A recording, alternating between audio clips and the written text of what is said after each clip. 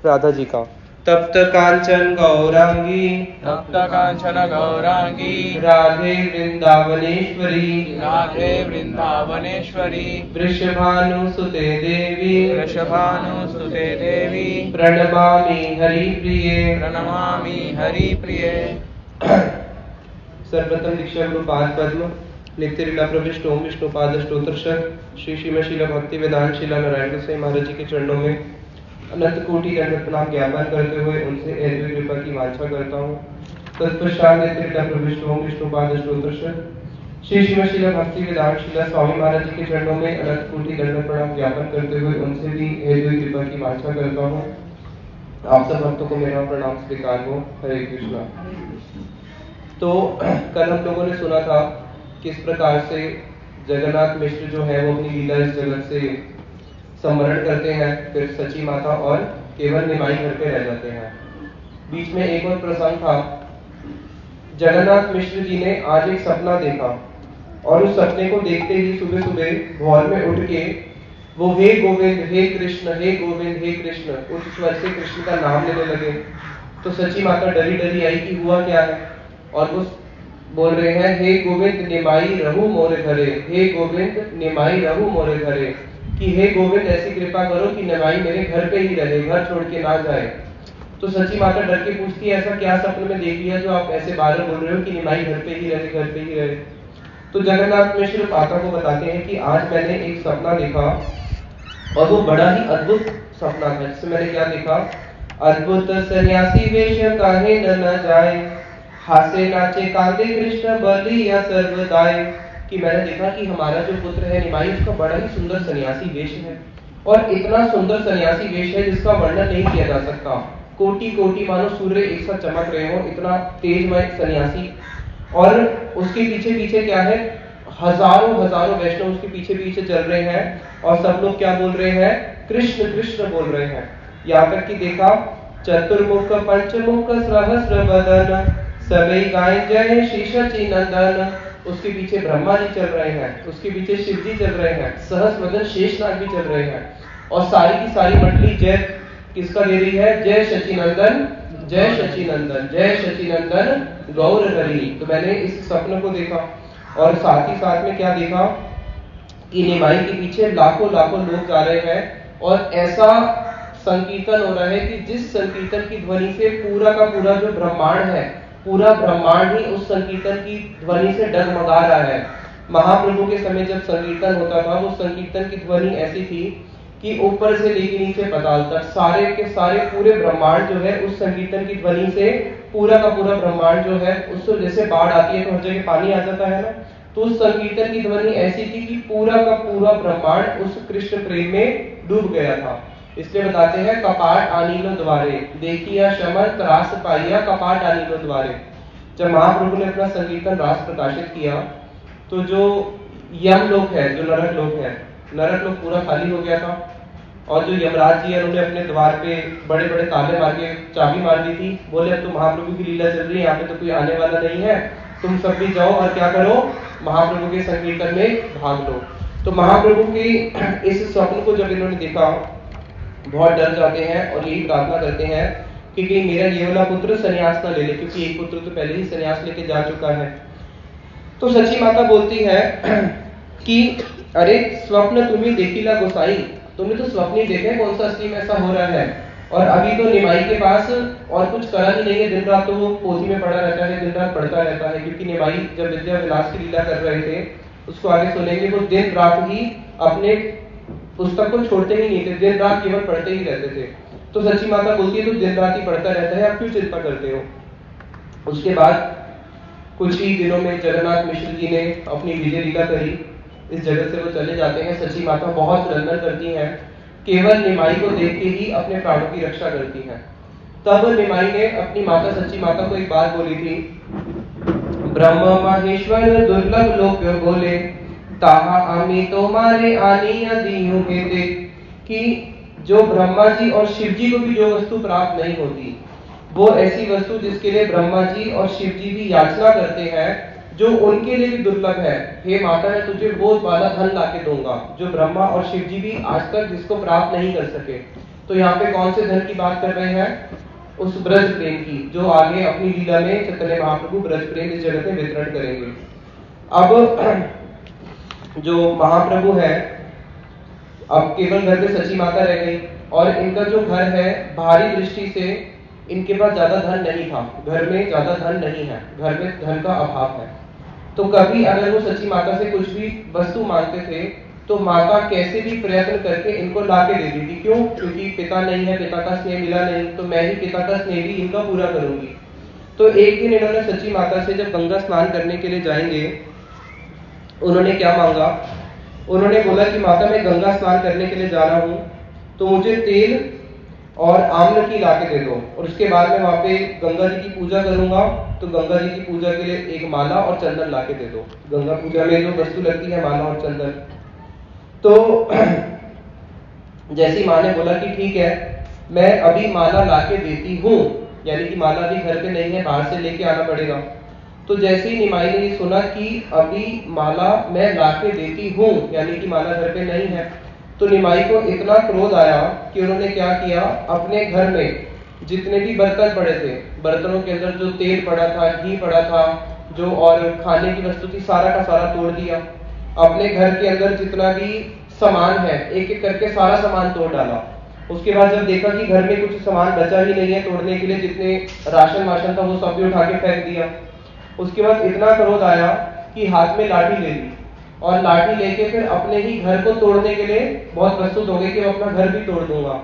अपने घर पे लाठी मार मार के उसके बाद क्या किया, पास में एक वृक्ष था, गुस्सा निकालने के लिए वृक्ष के पास चले गए। जैसे इस जगत में भी देखने को मिलता है, बच्चे कई चिड़चिड़ा हो जाते हैं तो क्या करते हैं, सब कुछ तोड़ना फोड़ना शुरू करते हैं। तो निमाई उसी प्रकार से क्या कर रहे हैं, गुस्से में आके फिर जो वहां पे घर के अंदर जो कपड़े वपड़े थे वो भी सारे फाड़ फाड़ के फेंक दिए। उसके बाद घर के बाहर जाके घर पे वो लाठी लेके घर पे मारना शुरू किया। उसके बाद पास में एक पेड़ था, उस पेड़ के ऊपर बार बार लाठी मारना शुरू करी। उसके बाद फिर जो धरती थी, धरती के ऊपर कस कस के लाठी मारना शुरू किया, अपना क्रोध निकालने के लिए कि घर में तो सब कुछ तोड़ फोड़ दिया, कुछ बचा ही नहीं है। उसके बाद फिर क्या करते हैं, बहुत लंबी लंबी सांस ले लेके वहीं पे ही सची माता के उसी भूमि पे ही लोट पोट करके भूमि पे लेट जाते हैं, और पूरा जो उनका शरीर है धूलि से दूषित हो जाता है। और सची माता ये सब देख रही है, लेकिन चुपचाप बैठी है, कुछ बोलती नहीं है। क्यों? क्योंकि माता ने अब इनके ऊपर ज्यादा शासन करना नहीं। क्यों नहीं करना? क्योंकि पिता नहीं है, भाई भी चला गया है, अकेला पुत्र है, मैं इसके ऊपर शासन क्यों करूं? तो माता भी कुछ बोलती नहीं है। और उसके बाद जब महाप्रभु फिर उसी आंगन में लेट, अपने सची माता के आंगन में लेटे जाते हैं, तो यहाँ पे बड़ा ही सुंदर वर्णन करते हैं। चारी वेदे जे प्रभु करे अन्वेषणे, से प्रभु जाए नेत्रा शचिर आंगने, कि 4 वेद मिलकर भी जिस कृष्ण को आज तक ढूंढ रहे हैं नहीं ढूंढ पाए, वो कृष्ण जिनको बड़े बड़े योगी भी समाधि की दशा में जाके लाखों लाखों वर्ष समाधि की दशा में बैठ के भी कृष्ण की एक झलक भी नहीं प्राप्त कर पाते, वही कृष्ण आज क्या कर रहे हैं, सची माता के आंगन में लेट रहे हैं। अनंत अनंत ब्रह्मांड जिनके एक एक लोमकूप से निकलता है। भगवान की सृष्टि कैसे होती है? जब उनकी इच्छा होती है सृष्टि करने की, उनके एक एक रोम में से अनंत कोटि ब्रह्मांड निकल जाते हैं। जैसे हमारे रोम में से क्या निकलता है, पसीना निकलता है, तो भगवान के रोमकूप में से अनंत कोटि ब्रह्मांड निकलते हैं। तो जो इतने सारे ब्रह्मांड के सृष्टि करता है, नायक है, वही आज क्या कर रहे हैं, सची माता के आंगन में लेटे हुए हैं। उस दृश्य को देखने के लिए जितने भी देवता हैं, ब्रह्मा जी, शिव जी, सब आके हाथ जोड़ के स्तुति गान करते हैं कि हमारा कितना सौभाग्य की नवदीप में सची माता के आंगन में हम आज भगवान श्री कृष्ण की कितनी सुंदर सुंदर लीलाओं को देख रहे हैं। उतने में सची माता फिर पास से ही कहीं से चंदन और माला लेके आती हैं और निमाई को देती हैं और बोलती हैं कि ये लो, जाओ अब जाके गंगा पूजा कर लो। तो निमाई को थोड़ा लज्जा आ जाता है कि घर का तो सारा सामान मैंने तोड़ डाला, और साथ ही साथ में मैया बोलती है तू खाएगा क्या, तूने तो सारा सामान ही घर का तोड़ डाला, अब रसोई बनेगी तो क्या बनेगी। तो निमाई जब गंगा स्नान करके आते हैं, फिर आने के साथ साथ में क्या करते हैं, सोना लेके आते हैं, 2 तोला सोना, और माता को दे देते हैं और बोलते हैं भैया ये 2 तोला सोना ले लो, इसको तोड़वा लेना का अर्थ है इसको कैश करवा लेना, और उससे घर का जो सारा सामान है लेके आना। तो सची माता बहुत भोली है, उनको बहुत डर लगता है कि जब भी, क्योंकि जगन्नाथ मिश्र कमाने वाले थे, वो तो चले गए, अभी ये तो छोटा सा बालक है, घर का खर्चा कैसे चलेगा। तो जब भी घर में कुछ पैसे का अभाव होता है तो निमाई क्या करते हैं, 2 तोला सोना लेके आते हैं और अपनी माता के हाथ में दे देते हैं। तो माता सोचती कहीं ये सोना कैसे चोरी वोरी करके तो नहीं लेके आता, बाद में पता चले हमारा नाम खराब हो। तो जब वो सोना तोड़वाने के लिए जाती है सोनार के पास, उस सोनार को बोलती है देखो भाई ये सोना है, पहले इस सोने को 4-5 जगह दिखा देना कहीं किसी का है तो नहीं, कहीं कोई बाद में बोले हमारा सोना था, फिर ही जाके इसको तोड़ के हमें पैसे देना। तो वो तो साक्षात लक्ष्मीपति है, उनके पास किस चीज का कमी। तो इस प्रकार से महाप्रभु सच्ची माता के साथ में ही रहते हैं। अब उतने में ही जो इनके भाई हैं बलराम, महाप्रभु की लीला में कौन है वो, नित्यानंद प्रभु। तो नित्यानंद प्रभु का जन्म हुआ है राढ़ देश में, एक चक्रा गांव, नवदीप से लगभग 250 किलोमीटर दूर है। तो एक चक्रा गांव में, वहां पे नवदीप से 250 किलोमीटर दूर एक चक्रा, वहां पे नित्यानंद प्रभु का भी जन्म हो चुका है। और वहां पे नित्यानंद प्रभु की भी साथ ही साथ में बड़ी सुंदर सुंदर बाल लीलाएं चल रही है। नित्यानंद प्रभु 12 साल तक घर में रहे थे। जब वो 12 साल के हुए थे, 12 साल की उम्र में उनके घर में एक सन्यासी आया, लक्ष्मी तीर्थ, और उस सन्यासी ने आके इनके पिताजी से भिक्षा मांगी कि देखो मैं सन्यासी हूं और मैं पूरा का पूरा तीर्थ यात्रा करने जाना चाहता हूं। और पहले के समय में क्या होता था, जब कोई वृद्ध ब्राह्मण या सन्यासी तीर्थ यात्रा करने जाते थे तो अपने साथ में एक युवक ब्राह्मण को साथ में लेके जाएंगे जो उनकी सेवा करेगा, उनका सामान उठाना, उनके लिए रसोई बनाना। तो उन्होंने बोला कि आपका जो पुत्र है ये नित्यानंद, ये आप मुझे दे दो और इसको मैं अपने साथ लेके जाऊंगा और पूरा तीर्थ भ्रमण करूंगा। तो जो इनके पिताजी थे नित्यानंद प्रभु के, हड़ाई ओझा, इनकी माता पद्मावती, जब उनसे इस सन्यासी ने उनका पुत्र मांगा, तो एक माता पिता का हृदय का कलेजा होता है उनका पुत्र, कोई अपना पुत्र किसी को ऐसे तो देता नहीं है। लेकिन हमारी भारतीय संस्कृति ऐसी है कि अगर साधु आके पुत्र मांगता है तो पुत्र देने का अर्थ हुआ अपने प्राण देना। तो उन्होंने उस सन्यासी की बात रख के अपने पुत्र को भी दे दिया था। तो नित्यानंद प्रभु ने 12 साल तक तो अपने घर पे रहे। 12 साल की उम्र में ही उन्होंने लीला करी जिसमें एक सन्यासी आके उनके पुत्र को लेके मांग के चला जाता है। फिर नित्यानंद प्रभु ने पूरा का पूरा जो भारत है वो भ्रमण किया और नित्यानंद प्रभु फिर वृंदावन में जाके बैठ गए और वृंदावन में बैठ के इंतजार कर रहे हैं कि कब यहाँ पे जो निमाई है वो अपनी संकीर्तन रास की लीला को आरंभ करेंगे, अपना रूप प्रकाशित करेंगे और मैं वहां पे जाऊंगा। तो नित्यानंद प्रभु की भी बड़ी सुंदर सुंदर लीलाएं हैं। जब नित्यानंद प्रभु छोटे थे तो वो बचपन में बच्चों के साथ क्या करते थे, खेल खेलते थे। कैसा खेल खेलते थे, जैसे हमारे यहाँ पे रामलीला होती है, कोई राम बन जाता है, कोई लक्ष्मण बन जाता है, कोई हनुमान बन जाता है। तो नित्यानंद प्रभु इसी प्रकार से सब बालकों के साथ भगवान के जितने भी अवतार हैं उन सारी लीलाओं का खेल खेलते थे। कभी हिरण्यकशिपु, हिरण्याक्ष किसी को बना देंगे, खुद नरसिंह बन जाएंगे और हिरण्यकशिपु का वध करेंगे। कभी वराह रूप धारण कर लेंगे, कभी भगवान का पशु रूप नरसिंह, कुर्म, वराह अवतार, मीन अवतार, जितने भी अवतार हैं उन सारी लीलाओं को करते रहते थे। एक दिन उन्होंने रामलीला करी। जब रामलीला करी तो खुद तो बन गए लक्ष्मण। जब खुद लक्ष्मण बन गए, एक को बना दिया राम, एक को बना दिया रावण, एक को बना दिया हनुमान, किसी को सुग्रीव। अब उस रामलीला के बीच में इस बच्चे को पकड़ के नीचे बैठा दो, इधर आओ। हाँ जी हाँ बोलिए। उस रामलीला के बीच में उन्होंने क्या किया, जो लक्ष्मण बने हुए हैं नित्यानंद प्रभु, तो उतने में क्या हुआ, जब रावण का जो शक्ति बाण था वो शक्ति बाण इनको लग गया। शक्ति बाण लगने के साथ साथ जो नित्यानंद प्रभु है, जो अभी लक्ष्मण का रोल कर रहे हैं, मूर्छित हो जाते हैं। मूर्छित क्या हो जाते हैं, मृत प्राय हो जाते हैं। तो सब बच्चों ने देखा, अरे ये तो नाटक कर रहा था, तो असली में ही मर गया। तो उसकी माता पिता आए, भागे भागे, सब लोग आए, आसपास को जो वैद्य था उसको बुलाया और सबने देखा ये नाटक में इसको जो बाण मारा था, क्या ये बाण असली तो नहीं था? तो देखा बाण भी असली नहीं था। जो बच्चा नाटक कर रहा था उसने जो बाण मारा था वो फूलों का बाण था। अब फूल का बाण तो लगने से किसी की मृत्यु होती नहीं है। तो सब लोग रोने लगे कि ये बच्चा मर कैसे गया। तो वहां पे एक समझदार व्यक्ति बैठा था, उसने कहा कि देखो कई बार क्या होता है, नाटक करते करते कोई नाटक में इतना अविष्ट हो जाता है कि उस अविष्टता के कारण वो उस रोल में ही पूरा स्थित हो जाता है। जैसे एक बारी एक नाटक में एक व्यक्ति को दशरथ महाराज जी का रोल प्ले करने को मिला रामलीला में। जब वो दशरथ का रोल कर रहे थे, कोई राम का रोल कर रहा था। तो जैसे ही राम जी वनवास को गए तो ये जो दशरथ महाराज जी थे, जो नाटक कर रहे थे दशरथ महाराज जी का, ये वास्तविक में ही इन्होंने अपने प्राणों को त्याग दिया। और जब देखा तो वास्तविक में ही उनके प्राण नहीं है, वास्तविक में ही मर गए थे। वो उस लीला के अंदर इतना अविष्ट हो जाते हैं। उसी प्रकार नित्यानंद प्रभु इतने अविष्ट हो गए थे कि सच्ची में ही वो मूर्छित हो गए थे। तो उनसे पूछा, अच्छा बताओ इन्होंने तुम्हें आगे क्या संदेश दिया था? तो नित्यानंद प्रभु ही इस पूरी लीला के मतलब मेन वो थे। तो उन्होंने बोला कि हाँ देखो, ये बोला था कि इसके बाद जो हनुमान का रोल कर रहा है उसको गंधमादन पर्वत पे जाना है और वहां से जाके उसको बूटी लेके आनी है, ये वैद्य बना है, इसको वैद्य बन के इनको बूटी खिलानी है। तो बोला कि नाटक तुम पूरा रचो, अपने नाटक को बीच में रोको मत। तो उतने में जो हनुमान बने थे, जो हनुमान का नाटक कर रहे थे, वो गंधमादन पर्वत पे जाते हैं।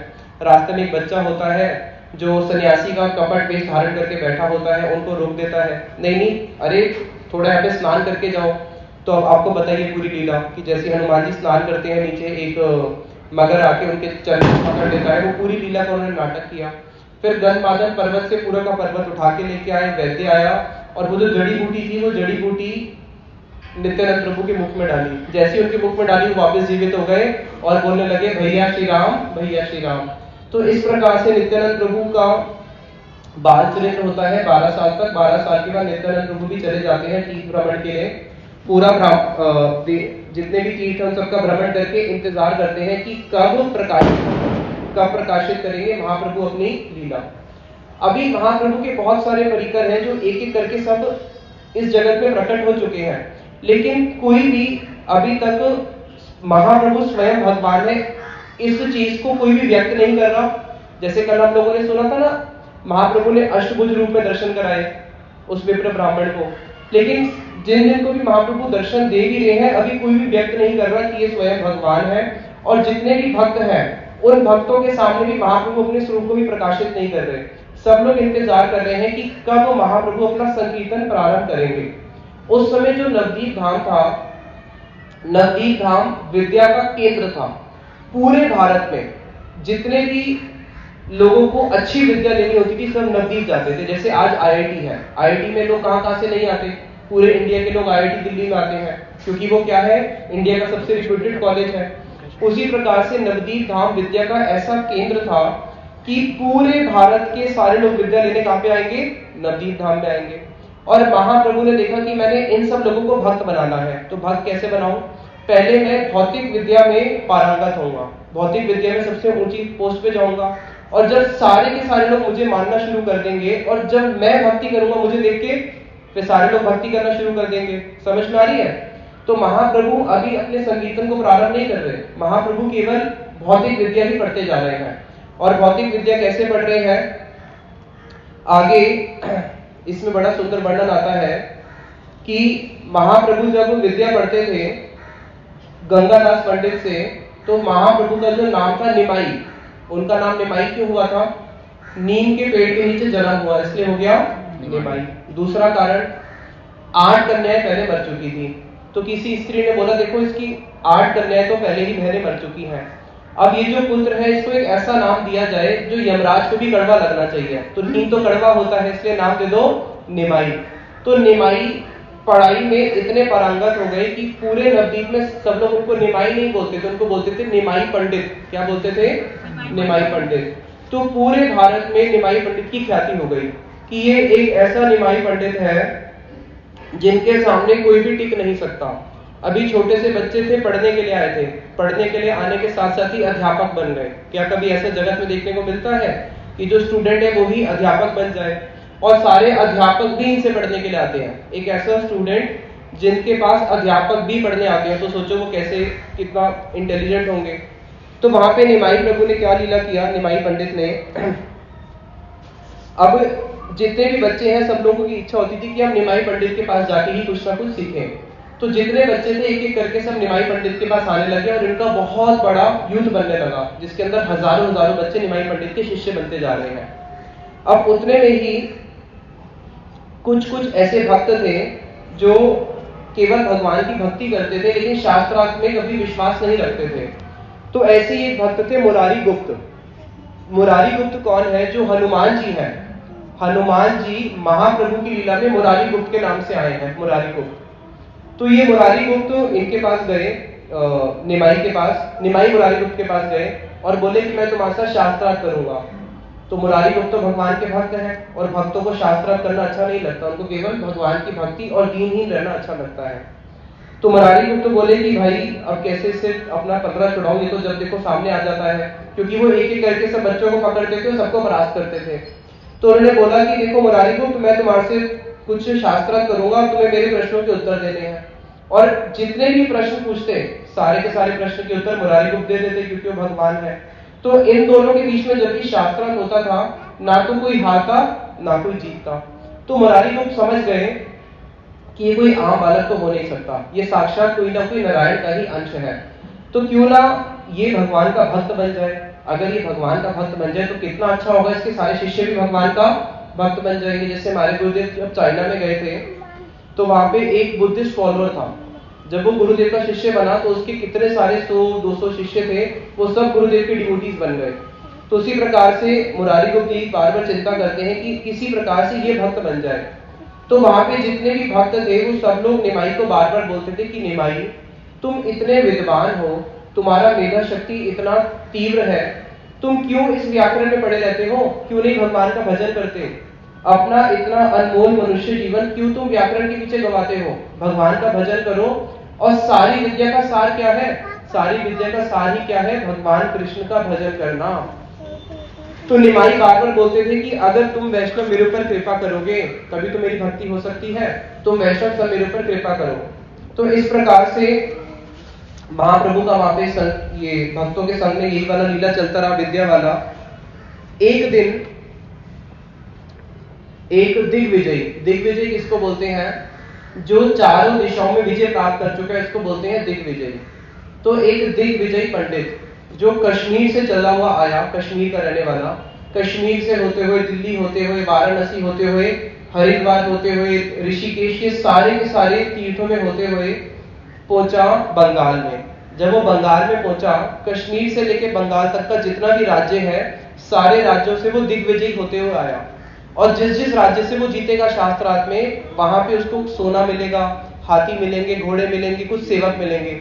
तो जब ये दिग्विजयी पंडित आज नवदीप धाम में पहुंचा, इसके पास हजारों बहुत सारे सेवक है जो उसके साथ में चल रहे हैं, पालकी में इसको लेके चलते हैं। इसके पास बहुत सारे हाथी है, घोड़ा है, सोना है, और इसके पास बहुत सारी पर्चियां हैं कि मैं कौन कौन से देश में जीत के आया हूं और कहां पे पहुंचा, आज नवदीप में। अब जैसे ये दिग्विजय पंडित नवदीप में पहुंचा तो नवदीप के जितने भी सारे टीचर्स थे, जितने भी वहां के बड़े बड़े पंडित थे, विद्वान थे, ब्राह्मण थे, सब लोग डर के मारे कांपने लगे कि भाई अभी तक तो हमारा नवदीप का बहुत नाम था कि नवदीप में ही सबसे ज्यादा विद्या होती है। अब यहाँ पे कौन पहुंच चुका है, ये दिग्विजयी पंडित जो सारी जगह पे विजय प्राप्त करके आया है। और ये दिग्विजयी पंडित कैसा था, कश्मीरी पंडित, इसका नाम क्या था, केशव काश्मीरी। ये कैसा पंडित था, ये ऐसा पंडित था जिसने सरस्वती के मंत्र के प्रभाव से सरस्वती को भी जीत के रखा हुआ था। सरस्वती के मंत्र में इसने इतना सिद्धि प्राप्त कर लिया था कि सरस्वती भी इसके वश में थी। जब ये कुछ बोलता था तो इसकी जीवा पे साक्षात सरस्वती आके बोलती थी। तो जिसकी जीवा पे साक्षात सरस्वती बैठी हो, उससे कौन हार सकता है या उसको कौन हरा सकता है।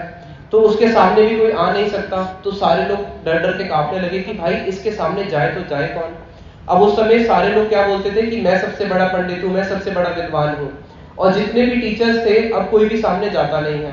तो सब लोगों ने सोचा एक काम करते हैं, क्यों ना हम इसका शास्त्रार्थ कराएं निमाई पंडित से। निमाई टीचर तो है नहीं, क्या है, स्टूडेंट है। अगर हम लोग हार भी गए, मानो अगर हम लोग हार भी गए तो क्या आएगा कि हमारा बच्चा ही तो हारा है, टीचर्स का तो शास्त्रार्थ हुआ नहीं था। और अगर हम लोग जीत गए तो क्या होगा कि देखो इनका बच्चा ही इतना विद्वान कि जिसके बच्चे ने ही उसको हरा दिया, तो उनके टीचर्स कैसे होंगे। तो टीचर सारे लोग डर जाते हैं, बड़े बड़े विद्वान कोई भी सामने आता नहीं है। अब इसने वहां पे आके बोला, नवदीप में आके, आप लोग मेरे साथ शास्त्रार्थ करो। अगर आप लोग मेरे साथ शास्त्रार्थ नहीं करना चाहते, पहले ही अपनी हार मान लेना चाहते हो, तो मेरे को एक विजय पत्र दे दो कि हाँ कि तुम जीत गए। क्योंकि उसने दिखाया कि अब तक सारे देशों से मैं या तो शास्त्रार्थ करके सबको हरा के आया हूं, नहीं तो जो मेरे साथ शास्त्रार्थ नहीं करना चाहते वो पहले ही मुझे विजय पत्र दे देते हैं कि तुम जीत गए। अब सब लोग सोचे पड़ के करे तो करे क्या। उतने में ही संध्या का समय था। संध्या का समय था और निमाई जो है गंगा के किनारे अपने लाखों लाखों शिष्य के साथ बैठे थे। मानो ऐसे लग रहा था एक जैसे चंद्रमा होता है, चंद्रमा के आसपास बहुत सारा तारामंडल होता है, तो निमाई चंद्रमा के समान लग रहे थे और उनके सारे शिष्य एक छोटे छोटे तारे के समान मानो जगमगा रहे हैं। और वहीं पे निमाई सोच में पड़ गई कि ये जो अभी पंडित आया है, दिग्विजयी पंडित, मैं इसको परास्त कैसे करूं, परास्त कैसे करूं। महाप्रभु की सोच रहे हैं तो बहुत सारे परास्त करना। महाप्रभु सोच रहे हैं निमाई कि ये बहुत सम्मान्य व्यक्ति है, कितना सारा सम्मान लेके हर देश से जीतते हुए आया है। अगर मैंने इसका, मैं तो एक छोटा सा बालक हूं, और अगर मैंने इसको परास्त कर दिया तो इसके मान को हानि पहुंचेगी, इसके मान सम्मान को हानि पहुंचेगी। और अगर इसके मान सम्मान को हानि पहुंचेगी तो ये क्या करेगा, हो सकता है कि आत्महत्या ना कर ले। तो मैं इसको परास्त भी करना चाहता हूँ, साथ में इसको बुरा भी ना लगे, मैं ऐसा कुछ करना चाहता हूँ। उतने में ही ये दिग्विजय पंडित वहां पे सामने निमाई के आ गया और बोला कि मैं शास्त्रार्थ करना चाहता हूँ। तो महाप्रभु ने, निमाई ने उनको बोला कि अच्छा, अभी हम लोग गंगा किनारे बैठे हैं, संध्या का समय है, तो आप क्यों नहीं कुछ गंगा की महिमा गान करते, आप कुछ ऐसी गंगा की महिमा गान करो। तो इस दिग्विजय पंडित ने गंगा की महिमा में एक नहीं, दो नहीं, 100 से भी अधिक श्लोकों को उसी समय रचना करके सुना दिया। साथ ही साथ में वो कंटिन्यूस रचना करते हुए एक एक करके श्लोक गंगा की महिमा के बोलते जा रहा है।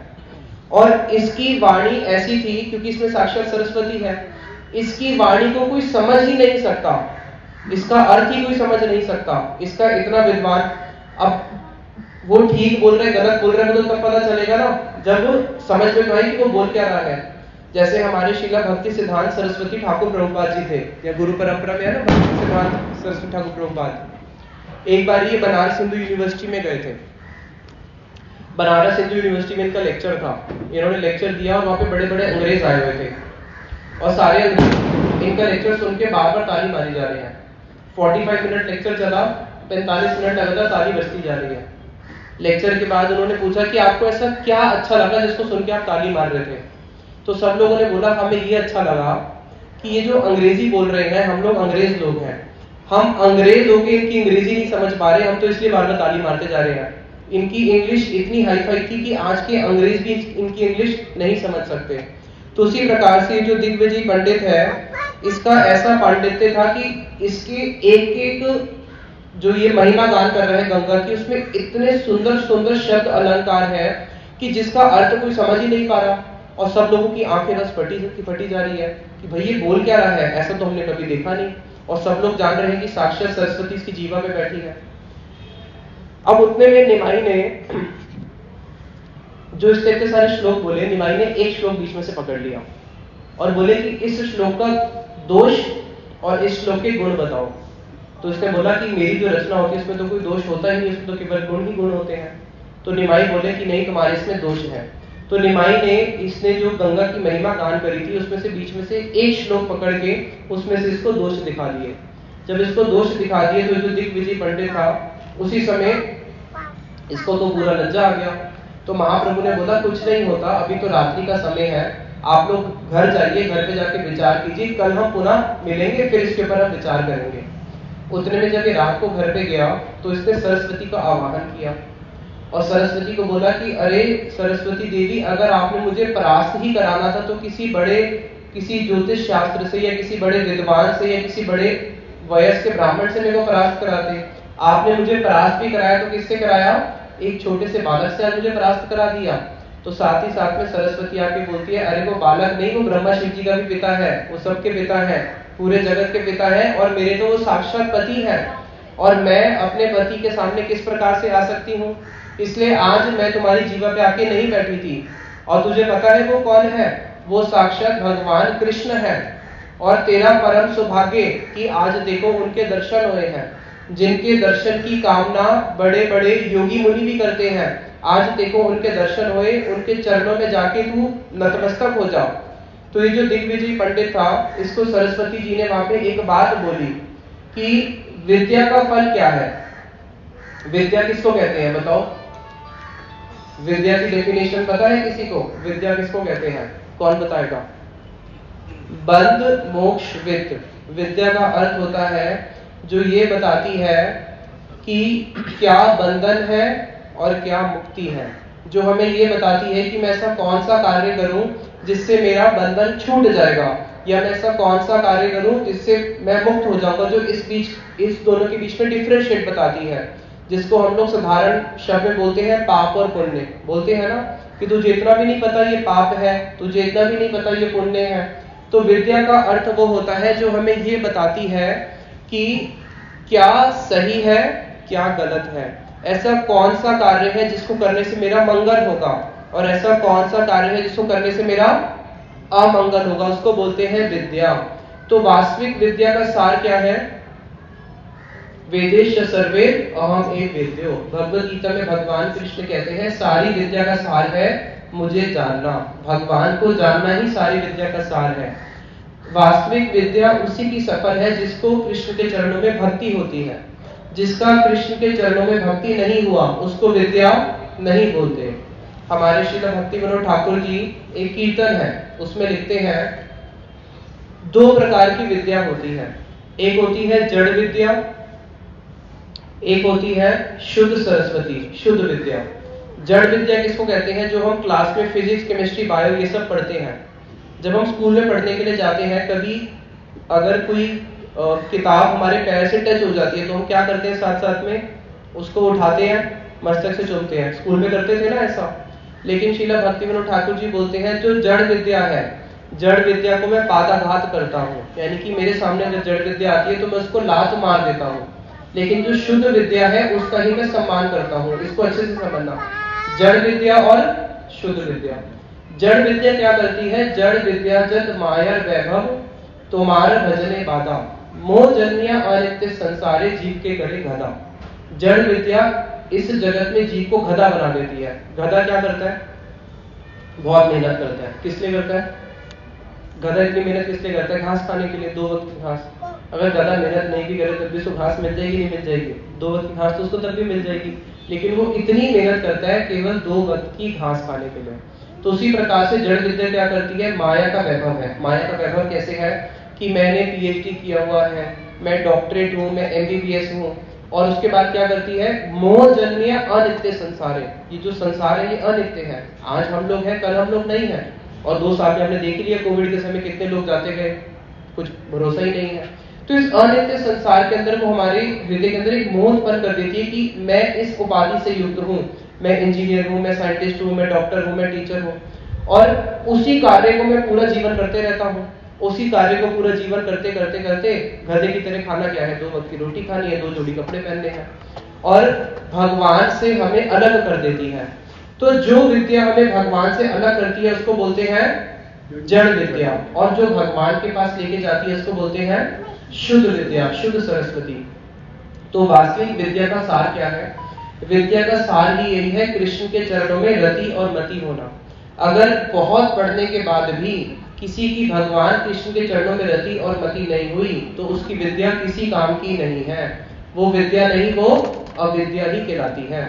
तो इसलिए सरस्वती जी उनको वहां पे साक्षात उपदेश देती है। सरस्वती का कार्य क्या है? सरस्वती हमेशा कृष्ण के ही यशोगान का गान करती है। तो सरस्वती जो कि शुद्ध सरस्वती है, उसने वहां पे उनको उपदेश दिया कि कृष्ण तो मेरे भी पति हैं, उन्हीं महाप्रभु के चरणों में जाओ, उनका आश्रय ग्रहण करो। तो ये जो दिग्विजय पंडित था, ये रात को महाप्रभु के पास जाता है, निमाई के पास अकेले में, उनके चरणों में जाके इसने नतमस्तक हुआ और उसने बोला कि मेरा जन्म सफल हुआ कि आज मुझे आपके दर्शन हुए। तो निमाई ने उनको बड़ा सुंदर उपदेश दिया। निमाई ने उनको बोला कि तेरे पास जो इतने सारे हाथी हैं, घोड़े हैं, जो इतनी सारी पालकी धन लेके चलता है, ये साथ तेरे कुछ भी जाने वाला नहीं है, इसलिए इन सबको छोड़ के अभी से ही तू कृष्ण के भजन में लग जा। कृष्ण का भजन करना ही वास्तविक विद्या है। सबसे बड़ी विद्या क्या है? कृष्ण को जानना ही सारी विद्या है। अभी जब कोविड का टाइम हुआ, कोविड के टाइम पे लोग मरने लगे। जब लोग मरने लगे तो सरकार ने क्या किया? सारी इकोनॉमी बंद कर दी, नहीं कर दी? बच्चों का स्कूल जाना भी बंद कर दिया, सब कुछ बंद कर दिया। क्यों? क्योंकि सबसे ज्यादा प्रिय क्या है? प्राण। प्राण सबसे ज्यादा प्रिय। कोई भी मरना नहीं चाहता। स्कूल बंद हो जाए, कॉलेज बंद हो जाए, फैक्ट्री बंद हो जाए, सब कुछ तो बंद हो गया था, लेकिन क्या चाहिए? कम से कम व्यक्ति बचना चाहिए। प्राण ही सबसे ज्यादा मूल्य है। तो जो सबसे ज्यादा मूल्य वस्तु है प्राण, क्या है? प्राण सबसे ज्यादा मूल्य है। तो ये जो प्राण है, प्राण, इन प्राणों का मूल्य क्यों है? बताओ, इन प्राणों का मूल्य क्यों है? क्योंकि हम लोग इस चीज को समझ लेते हैं कि हम शरीर नहीं है, हम क्या है? आत्मा है, और आत्मा की ही मूल्य है। और ये जो आत्मा का जो मूल्य है, ये जो प्राण है, ये प्राण के साथ में कौन रहते हैं? परमेश्वर रहते हैं, भगवान कृष्ण इसके साथ में ही रहते हैं। हमारा जो हृदय का जो हार्ट बीट होता है, ये कौन करता है? कृष्ण करते हैं। कृष्ण भगवत गीता में बोलते हैं, सर्वस्य च हृदि शरणविष्टो, कि मैं ही सबके हृदय में रहता हूँ। ये जो हमारा हृदय हार्ट पंपिंग कर रहा है ना, कभी किसी को हार्ट अटैक भी आ जाता है, अब हार्ट पंपिंग करते करते बहुत थक गया, सोचे मैं 2 मिनट का रेस्ट ले लूं, तो क्या होगा? 2 मिनट का रेस्ट लेगा, हमारा परमानेंट रेस्ट हो जाएगा। तो ये जो हार्ट की जो पंपिंग हो रही है, कौन कर रहा है? हृदय के अंदर बैठ के कृष्ण ही करते हैं। जो हम लोग सांस लेते हैं, छोड़ते हैं, ये कौन कर रहा है? भगवत गीता में भगवान कृष्ण कहते हैं कि प्राण अपान समयुक्त, जो तुम सांस ले रहे हो और छोड़ रहे हो, उसके अंदर बैठ के जोड़ने वाला मैं हूँ। नहीं तो एक दिन ऐसा आएगा, बाहर की बाहर, अंदर के अंदर रह जाएगी। यहाँ तक कि जो हम खाना खाते हैं, उसको बचाने वाले भी कौन है? उसको बचाने वाले भी कृष्ण है। तो जो भगवान श्री कृष्ण है, विद्या क्या करती है? हमें विद्या ये सिखाती है, वास्तविक विद्या, कि ये मनुष्य शरीर है, ये मनुष्य शरीर बार बार नहीं मिलता, ये मनुष्य शरीर बहुत दुर्लभ है। और अगर हम लोगों ने कृष्ण भजन नहीं किया, अगर हम लोगों ने कृष्ण भजन नहीं किया, तो ये जो जन्म मृत्यु का चक्कर है, इस जगत की कोई भी विद्या इस जन्म मृत्यु को नहीं रोक सकती। केवल भगवान कृष्ण ही इस जन्म मृत्यु की चक्कर को रोक सकते हैं। इसलिए बड़ा सुंदर कीर्तन है, जिसे हमारे वैष्णव लोग बताते हैं, ए मन माधव न, ए मन मानव ना बजे माधव, कखन मोरिया जाबे, से आधम प्रहरिया रम, रौरवे क्रीमे ते खाबे। ए मन मानव, तुझे मानव शरीर मिल गया, और अगर मानव शरीर मिलने के बाद भी तूने माधव का भजन नहीं किया, कृष्ण का भजन नहीं किया, तो क्या होगा? कखन मरिया जाबे, कहीं मृत्यु तो सबकी आनी है। कोई बोल सकता है मेरी नहीं आएगी, मृत्यु सबकी आनी है। और जब मृत्यु आएगी, मृत्यु को इंग्लिश में क्या बोलते हैं? विदेशी मृत्यु को बोलते हैं the day of judgment, the day of judgment. तो वो जो मृत्यु का जब समय आएगा, उस समय अगर तुमने कृष्ण का भजन नहीं किया, तो क्या होगा? रौरवे क्रीमे थे खाबे, रौरव नरक में जाना पड़ेगा। क्रीमे यानी कि छोटे छोटे कीड़े शरीर का भक्षण करेंगे। इसलिए अगर हम लोगों ने भगवान कृष्ण के साथ संबंध नहीं बनाया, भगवान कृष्ण को नहीं जाना, तो इस जगत की जितनी भी विद्या है, उसका कोई सार नहीं है। यहाँ तक कि शिव स्वामी महाराज जी बताते थे ना, जो देश का पहला प्रधानमंत्री था, क्या नाम था उसका? पंडित जवाहरलाल नेहरू। जब वो मरा, तो उसके मरने के बाद बहुत सारे एस्ट्रोलॉजिस्ट बैठे, गणना करी कि वो अगले जन्म में बना क्या है। तो अगले जन्म में वो क्या बना था? सुअर बना था। और कई लोगों ने बोला कि स्वीडन में उसका कुत्ते का जन्म हुआ है। तो इस जगत में अगर कोई व्यक्ति एक दिन के लिए राजा बन भी जाए, उसके बाद 84 लाख योनि में जाना पड़े, तो वो तो अच्छा नहीं है। तो इसलिए सारी विद्या का सार ही है कृष्ण को जानना। तो चैतन्य महाप्रभु उस दिग्विजय पंडित को बोलते हैं कि तुम ये सब छोड़ के अब क्या करो? केवल कृष्ण का, दिन रात कृष्ण का ही भजन करो। उतने में ही महाप्रभु की आयु होती जा रही है शादी की, उनका समय हो जाता है कि अब विवाह करना है। तो महाप्रभु आज क्या करते हैं, जब गंगा स्नान करने जाते हैं, तो गंगा स्नान जब करने गए, तो उन्होंने अपनी लक्ष्मी को देखा, जो उनकी अपनी नित्य संगी है लक्ष्मी। लक्ष्मी प्रिया के नाम से महाप्रभु की लीला में उनका आविर्भाव हुआ है। तो लक्ष्मी जी भी अपने विष्णु जी को समझ गई कि यही मेरे पति हैं, ये भी समझ गई कि मेरी शक्ति है। और उतने में ही सची माता के पास एक वहां पे घटक थे, जो घट का काम करते हैं, मटकी का बनाते हैं, वनमाली। तो सची माता के पास जाके बोलते हैं कि देखो आपका पुत्र बड़ा होता जा रहा है, उसका विवाह कर देना चाहिए। तो सची माता कहती है, अरे इसका तो पहले ही पिता नहीं है, बेचारा छोटा सा बालक है, अभी थोड़ा पढ़ना सीखा है, बच्चों को पढ़ाता है, अभी तो इसकी उम्र है कि विवाह करने की, अभी मैं इसका विवाह नहीं करूंगी, थोड़ा समय और इसको अपना जीवन जी लेने दो। इस जगत में भी लोग बोलते हैं ना, किसी को बोलो जल्दी शादी कर दो, तो क्या बोलते हैं? पहले हमें अपना जीवन जी लेने दो। हमारे एक महाराज जी बड़ी सुंदर कथा सुनाते हैं, हमारे श्रीधर महाराज जी, कि एक बारी अकबर और बीरबल, तो अकबर ने बीरबल से प्रश्न पूछा कि इस जगत में कितने लोग ऐसे हैं जो शादी के बाद पत्नी के अधीन होते हैं। तो बीरबल ने बोला कि शादी के बाद पत्नी के अधीन सभी होते हैं, कोई भी ऐसा नहीं है जो नहीं होता। अकबर बोले ऐसा थोड़ा हो सकता है, कुछ परसेंटेज तो होगी ना, 90% होते हैं, 10% नहीं होते हैं, 99 होते हैं, 1% नहीं होते। तो बीरबल बोला नहीं, शादी के बाद 100 आउट ऑफ 100% ही सब लोग पत्नी के अधीन हो जाते हैं। तो अकबर ने कहा ऐसा मैं मान ही नहीं सकता, 1-2% तो होंगे जो पत्नी के अधीन नहीं होंगे। तो बीरबल बोला नहीं, 100% होते हैं। उसने कहा मैं कोई प्रूफ करके दिखाओ। तो बीरबल ने एक सभा बुलाई, उस सभा में अकबर के राज्य में जितने भी लोग थे जिनका शादी हो चुका था सबको बुलाया और सबको बोला अपनी पत्नी के साथ में आना है। सब पति पत्नी आ गए और सबको एक लाइन से खड़ा कर दिया। सबको लाइन से खड़ा करने के बाद बोला बीरबल ने कि जितने भी यहाँ पे पति जो है, जो अपने पत्नी के वश में है, जो अपने पत्नी के वश में है, वो सब अपनी राइट साइड में आ जाओ, और जो अपने पत्नी के वश में नहीं है, जिन्होंने अपनी पत्नी को अपने वश में करके रखा हुआ है, वो लेफ्ट पे खड़े रहो। तो जितने भी पति देवते सारे के सारे क्या होते हैं कि करके सब राइट में आ गए। जो बेचारा एक आध नहीं भी जा रहा था, पत्नी उसको आंख दिखाने लगी, वो डर के मारे वो भी चला गया। अब जब सारे लोग वहां पे आ गए, केवल एक व्यक्ति खड़ा हुआ था। तो अकबर ने कहा देखा, कम से कम राज्य में मैंने एक लड़का तो ढूंढ लिया ऐसा जो अपनी पत्नी के वश में नहीं है। तो बीरबल ने कहा फिर रुक तो जाओ, मेरे पूछने तो दो। बीरबल ने पूछा भाई जब सारे लोग अपनी पत्नी के वश में होकर राइट साइड में चले गए, तू क्यों नहीं गया? उसने कहा मेरी पत्नी ने मुझे मना किया था, वहां नहीं जाना, भीड़ में नहीं जाना, भीड़ से दूर खड़े थे इसलिए मैं यहाँ पे खड़ा हुआ हूँ। तो अकबर को दिखाया कि देखो सभी अपने पत्नी के वश में होते हैं। तो खैर सची माता जब बोलती है कि विवाह कर दिया जाए, तो सची माता बोलती है नहीं इसको अपना जीवन जीने दो, छोटा सा बालक है भी, मैं इसका विवाह नहीं करूंगी। उतने में ही जब चैतन्य महाप्रभु अपने घर पे आ रहे होते हैं, निमाई रास्ते में उनको वनमाली मिलते हैं। तो वनमाली उनको बताते हैं कि देखो मैं तो आपके लिए रिश्ता लेके गया था, लेकिन आपकी माता बोल रही कि अभी विवाह नहीं करना, थोड़ा समय विलंब करना है। और तो निमाई अपनी माता को बोलते हैं कि मैया एक बात बताओ, जब आपके पास वनमाली अभी आया था आपने उसको निराश करके क्यों भेज दिया? वनमाली की बात तो रख लेते ना। तो सची माता समझ लेती है कि निमाई की भी इच्छा है कि विवाह हो, तो फिर वो विवाह करते हैं लक्ष्मी प्रिया के साथ। तो निमाई पंडित का यानी कि चैतन्य महाप्रभु का जो सबसे पहला विवाह है वो हुआ है लक्ष्मी प्रिया से। और जब लक्ष्मी प्रिया से विवाह होकर घर पे आते हैं तो लक्ष्मी प्रिया कैसी है? साक्षात लक्ष्मी जी है। तो जब लक्ष्मी प्रिया से विवाह करके घर में आए तो सची माता घर में क्या देखती हैं? अभी शादी से पहले इनके घर में थोड़ी दरिद्रता थी, यानी कि भौतिक रूप से कुछ धन आदि नहीं था। लेकिन जब लक्ष्मी जी आ जाती हैं, लक्ष्मी जी के आने के बाद इनके घर में चारों तरफ वो क्या देखते हैं? ज्योति ही ज्योति नजर आती है। सची माता को हर जगह चारों तरफ ज्योति नजर आती है और जितने भी देवता हैं वो आके दिन रात स्तुति गान करते हैं लक्ष्मी जी की।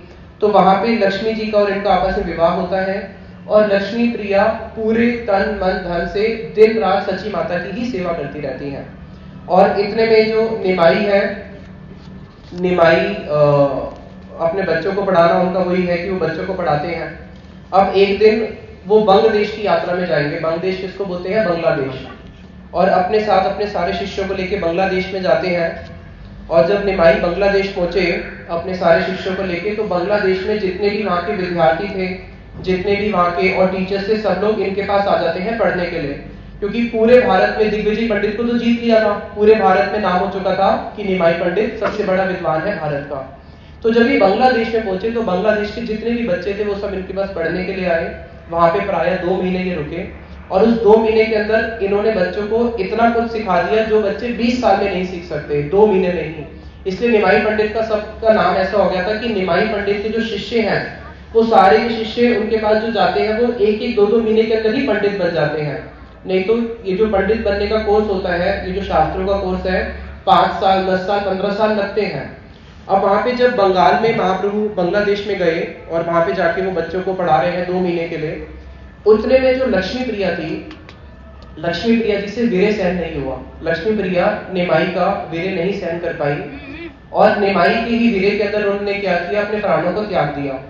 अब जब निमाई पंडित जो थे वो वहां पे बांग्लादेश में है, यहाँ पे सची माता वृद्ध अकेली है और उनकी जो पुत्र वधू है वो भी अपने प्राणों को त्याग के इस जगह से चली जाती है। उसके बाद सची माता बहुत क्रंदन करती है। जो लक्ष्मी प्रिया का इस जगत से जाने का जो लीला है उसको वृंदावन दास ठाकुर जी ने इसमें वर्णन भी नहीं किया। वो कहते हैं कि उसको वर्णन करने से मेरा हृदय फट जाएगा, इतना वो करुण सची माता का वहां पे क्रंदन था। सची माता फिर दिन रात क्रंदन करती रहती हैं और निमाई बांग्लादेश गए हुए हैं, बांग्लादेश। जब निमाई वहां से वापस आते हैं, वापसी के समय बहुत सारा धन आदि लेके आते हैं क्योंकि वहां इतने सारे बच्चों को पढ़ा के आए हैं। तो सची माता के जब वापस घर पे आते हैं तो सची माता बिल्कुल चुप चुप बैठी है, कुछ बोलती ही नहीं है। अब महाप्रभु समझ लेते हैं कि मेरी जो पत्नी है वो इस जगत से चली गई है, और सची माता को फिर महाप्रभु समझाते हैं कि जो भी भगवान ने लिखा है, कृष्ण की इच्छा के विरुद्ध तो कोई भी नहीं जा सकता। कृष्ण ही सबका मिलन लिखते हैं, कृष्ण ही सबका वियोग लिखते हैं। जो हुआ प्रभु की इच्छा।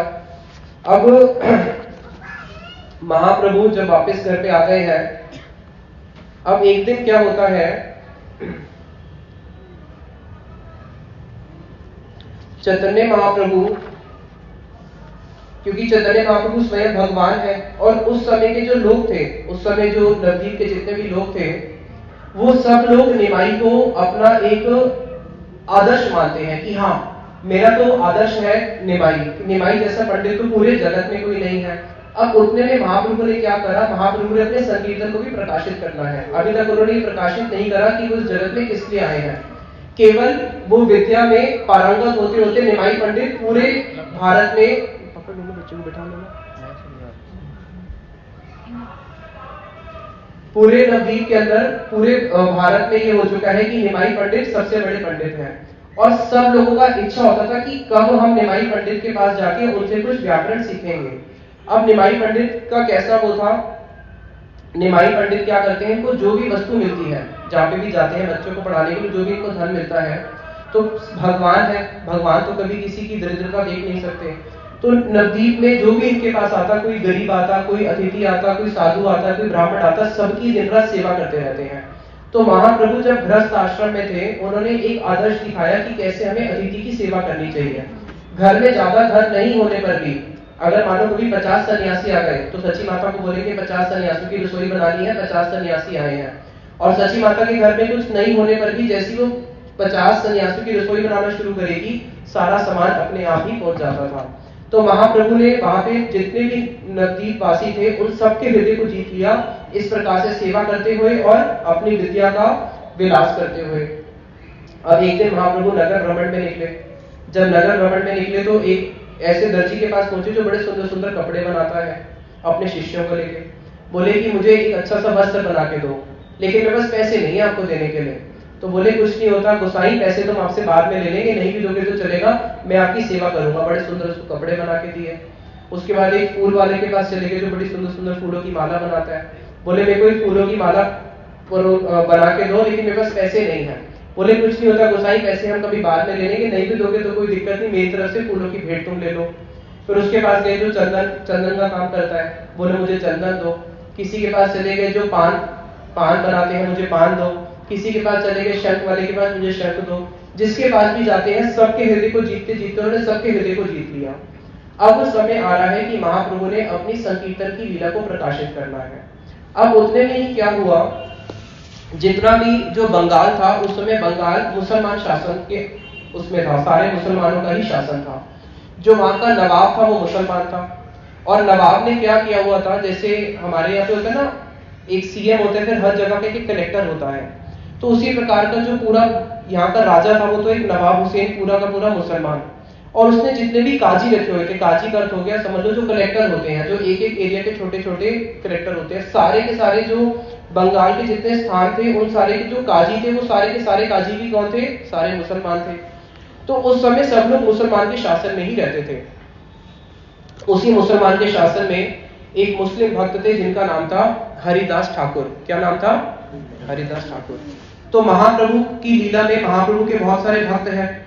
अभी जितने भी भक्त हैं अभी किसी ने भी प्रकाशित नहीं किया, लेकिन केवल एक हरिदास ठाकुर ऐसे थे जिन्होंने अपने उस नाम को सबसे पहले प्रकाशित किया। तो हरिदास ठाकुर मुसलमान कुल में जन्म हुआ था। 3 लाख हरिनाम रोज करते थे। 3 लाख हरिनाम का अर्थ है जो 16 माला करते हैं, जब 64 माला करते हैं तो 1 लाख होता है। 64 माला को 3 बार करोगे तो 3 लाख होगा, यानी कि 192 माला पूरा 21 घंटे केवल हरिनाम ही करते थे। और हरिदास ठाकुर जी हरिनाम भी कैसे करते थे, बहुत उच्च स्वर से करते थे। तो इनके इस हरिनाम को सुन के, हरिदास ठाकुर के मुख से मुसलमान कुल में जन्म हुआ था, इनके हरिनाम को सुन के और इनके तेज को देख के कि कैसा इनका तेज है। और जब हरिदास ठाकुर जी नाम करते थे तो नाम करने के साथ साथ इनके ऐसे अश्रु निकलते थे मानो साक्षात गंगा इनके नैनों से साक्षात गंगा बह रही है। तो उस समय के जो मुसलमान लोग भी थे जो पाषांडी लोग भी थे, जो भगवान के नाम को सुन के कान बंद कर लेते थे, वो भी हरिदास ठाकुर के प्रभाव को देख के भक्त बनने लगे कि भाई कोई ऐसा भी किसी के अंदर लक्षण हो सकते हैं क्या, जो दिन रात रोते रोते केवल भगवान का नाम लेता रहता है। तो धीरे धीरे क्या हुआ, हरिदास ठाकुर जी का ऐसा प्रभाव हुआ कि पूरे बंगाल में धीरे धीरे हरिदास ठाकुर जी की ख्याति होने लगी। उतने में जो वहां का मुसलमान काजी था, वो काजी राजा के पास गया और उसने राजा को बोला कि देखो भाई, आप जानते हो कि कितना बड़ा अनर्थ हो रहा है, हमारे मुसलमान शासन के अंदर एक मुस्लिम ही क्या कर रहा है, भगवान के नाम का कीर्तन करता है, और कीर्तन भी कैसे करता है, उच्च स्वर से कीर्तन करता है, हरे कृष्णा कृष्णा कृष्णा हरे हरे, हरे राम राम राम हरे हरे, उच्च स्वर से कीर्तन करता है। आप उसको कुछ करते क्यों नहीं हो? तो नवाब ने काजी को बोला, जाओ उसको बंदी बना के लेके आओ।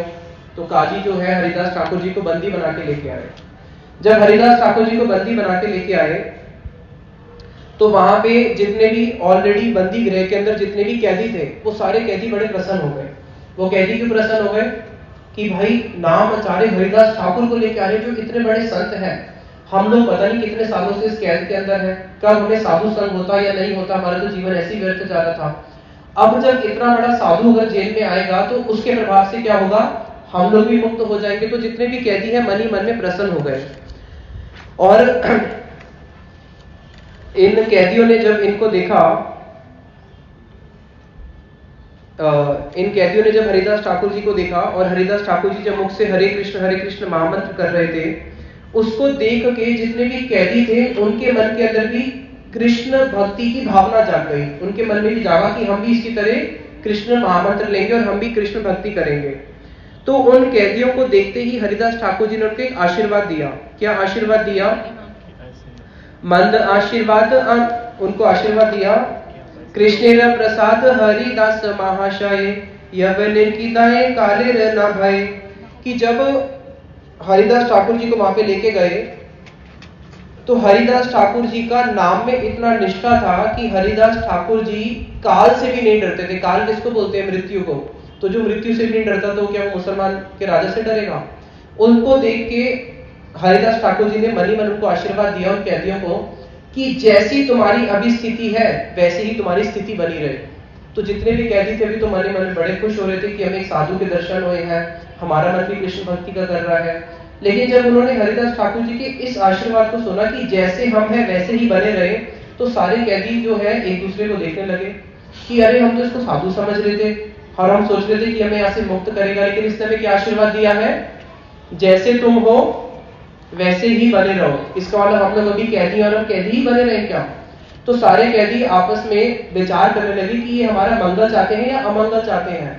तो हरिदास ठाकुर जी ने बोला कि तुम मेरे आशीर्वाद को भी अभी नहीं समझ सकते। इसलिए हमारे गुरुदेव इस बात को बोलते थे कि जो वैष्णवों का आशीर्वाद होता है, इस जगत के लोग उनके आशीर्वाद को भी नहीं समझ सकते। जैसे एक बच्चा होता है, एक बच्चे के ऊपर माता पिता शासन करते हैं, बच्चा बोलता है मुझे स्कूल नहीं जाना, माता पिता उसको जबरदस्ती स्कूल भेजते हैं। अब बच्चा क्या समझ पाता है कि उसमें मेरा क्या मंगल छुपा है? बच्चा नहीं समझ पाता। बच्चा क्या सोचता है कि माता तो मेरे को जबरदस्ती स्कूल भेज रही है, मेरा अमंगल चाहती है। तो हम लोग इतने बद हैं कि हमें ये भी नहीं पता कि क्या मेरा मंगल है और क्या अमंगल है। वृंदावन में कभी आप लोग गए हो? वहां बंदर देखे? कितने बंदर होते हैं? क्या करते हैं? चश्मा छीन लेते हैं। और वहां पे बहुत सारी इलेक्ट्रिक वायर है, वायर के ऊपर बंदर कूदते रहते हैं। और कई बार जब उनको भूख लगती है ना, तो जो इलेक्ट्रिक वायर होती है उसी को चक मार के खाना शुरू करते हैं।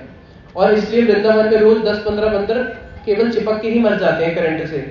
तो हमारे बेड के सामने एक बंदर क्या कर रहा था, जो इलेक्ट्रिक की वायर थी उसको चक मार के खा रहा था। अब उसको जो रबड़ जैसी हल्का सा कटेगा, नीचे क्या चल रहा है, नीचे 4000 वोल्ट की लाइन जा रही है, उसको टच करके उसी क्षण उसने मर जाना है। हमने अपने सामने कितना देखा, उसी समय वही ऊपर ही मर जाएगा वो। अब जब वो उसको खा रहा है तो मैंने उसको पत्थर दिखा के उसको ऐसे भगाना चाहा कि भाग यहाँ से। अब वो मुझे उल्टा दांत दिखा रहा है। अब मैं उसका मंगल चाह रहा हूँ या मंगल चाह रहा हूँ? अगर मैं उसको पत्थर भी दिखा रहा हूँ तो उसमें उसका मंगल ही है ना, लेकिन बंदर को समझ में आ रही है? बंदर को समझ में नहीं आती। अब जब उसको पत्थर दिखाया, वहां से हिलने को तैयार ही नहीं है, बार बार मेरे को अपना दांत खोल खोल के दिखा रहे, तो मुझे पत्थर उठा के उसको मारना ही पड़ा। अब जब उसको पत्थर मारा, उसको लगा नहीं, 2-3 पत्थर मारे, एक पत्थर लग गया, तब जाके वो वहां से भागा। तो उसको पत्थर मारने से भी क्या हुआ, उसका मंगल हुआ या नहीं हुआ, उसका मंगल ही हुआ। उसी प्रकार से वैष्णवों का जो आशीर्वाद होता है उसमें हमारा क्या मंगल है क्या अमंगल हमें नहीं समझ में आता। तो हरिदास ठाकुर जी वहां पे उनको जब आशीर्वाद दे रहे हैं कि जैसे तुम हो वैसे ही रहो, थाक थाक एकान आछे जेल रूपे गुप्त आशीर्वाद करी हासे न को तुके, जैसे तुम हो यहीं पे ही रहो, जेल के अंदर ही रहो, उनको मानो ये आशीर्वाद दिया। अब वो सारे के सारे मुंह बनाने लगे बंदर की तरह, जैसे बंदर मुंह बना रहा था मुझे देख के। तो हरिदास ठाकुर जी उनको आशीर्वाद का अर्थ बताते हैं, कहते हैं देखो हरिदास ठाकुर जी बोलते हैं मंद आशीर्वाद आमी कख न करी मन दिया सबे बुझो हो बेचारी। हरिदास ठाकुर जी कहते हैं मैं कभी भी किसी को मंद आशीर्वाद देता नहीं, मैं जब भी किसी को आशीर्वाद देता हूं उसको विचार करो कि मैंने तुम्हें क्या आशीर्वाद दिया है। मंद आशीर्वाद किसको कहते हैं? इस जगत में दो प्रकार की दया होती है, एक होती है मंद दया, एक होती है अमंद दया। कौन सी दया? मंद दया और बोलो मंद दया, और दूसरी कौन सी? अमंद दया। मंद दया किसको बोलते हैं? दुकानदार के पास गए, दुकानदार को बोलते हैं भाई ये केला कैसे दे रहे हो? बोलते हैं 40 रुपए किलो। हम बोलते हैं भाई 40 रुपए किलो क्यों दे रहे हो, सब तो 30 रुपए देते हैं। वो केले वाला बोलते हैं नहीं नहीं भैया अभी हमारी कोई आमदनी नहीं है, बड़ी मंदी चल रही है, ज्यादा बात मत करो, लेना है तो नहीं तो जाओ। वो क्या बोलते हैं? मंदी चल रही है, बोलते हैं ना, यहाँ पे बोलते हैं क्या मंदी। मंद का मतलब होता है एक ऐसी वस्तु जो एक दिन मंद पड़ जाए, जो एक दिन क्षीण हो जाए। जैसे हमने एक लकड़ी जलाई, उसमें आग जलाई, अब जब पूरी लकड़ी ने आग पकड़ ली, अब आग पकड़ने के बाद आग मंद होगी और बढ़ेगी, कम होती रहेगी ना, जैसे जैसे लकड़ी खत्म होता रहेगा वो मंद होती रहेगी। मंद का मतलब होता है धीरे धीरे क्षीण हो जाना। किसी व्यक्ति का एक जवानी आता है, जवानी के बाद जवानी हमेशा रहती है, मंद पड़ जाती है, जवानी एक दिन मंद पड़ जाती है। उसी प्रकार से मंद उदय दया उसको बोलते हैं जो एक दिन मंद हो जाए। और दूसरी दया होती है जिसको बोलते हैं अमंद उदय दया। अमंद उदय दया वो ऐसी दया होती है जो कभी मंद नहीं होती, जो हमेशा दिन प्रतिदिन बढ़ती रहती है। अब इस जगत में माता पिता बच्चों को आशीर्वाद देते हैं खूब फूलो फलो, तो आपको बहुत धन मिले, बहुत धन मिलने पर भी एक दिन धन मंद होता है या नहीं होता? बड़े से बड़े राजा आज कहाँ है बताओ?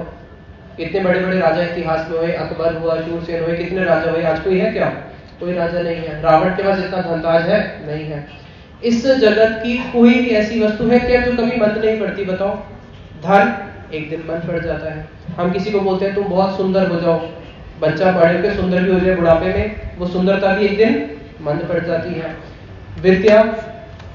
विद्या भी एक दिन, जब व्यक्ति मरता है तो मरने के बाद तो ये नहीं बोलते ना डॉक्टर की बॉडी है, इंजीनियर की बॉडी है, आईएएस की बॉडी है, मरने के बाद तो केवल एक ही होता है डेड बॉडी है, किसी की भी हो क्या है? डेड बॉडी है। तो इस जगत की तो हर वस्तु एक दिन मंद पड़ जाती है। तो इस जगत की जो भी भौतिक वस्तु जो हमें आशीर्वाद मिलता है वो सारा का सारा आशीर्वाद कौन सा होता है? मंद आशीर्वाद, उसको बोलते हैं मंद दया। माता पिता भी अपने बच्चों को कौन सा आशीर्वाद देते हैं? प्राय सब लोग मंद आशीर्वाद ही देते हैं, मंद दया ही देते हैं।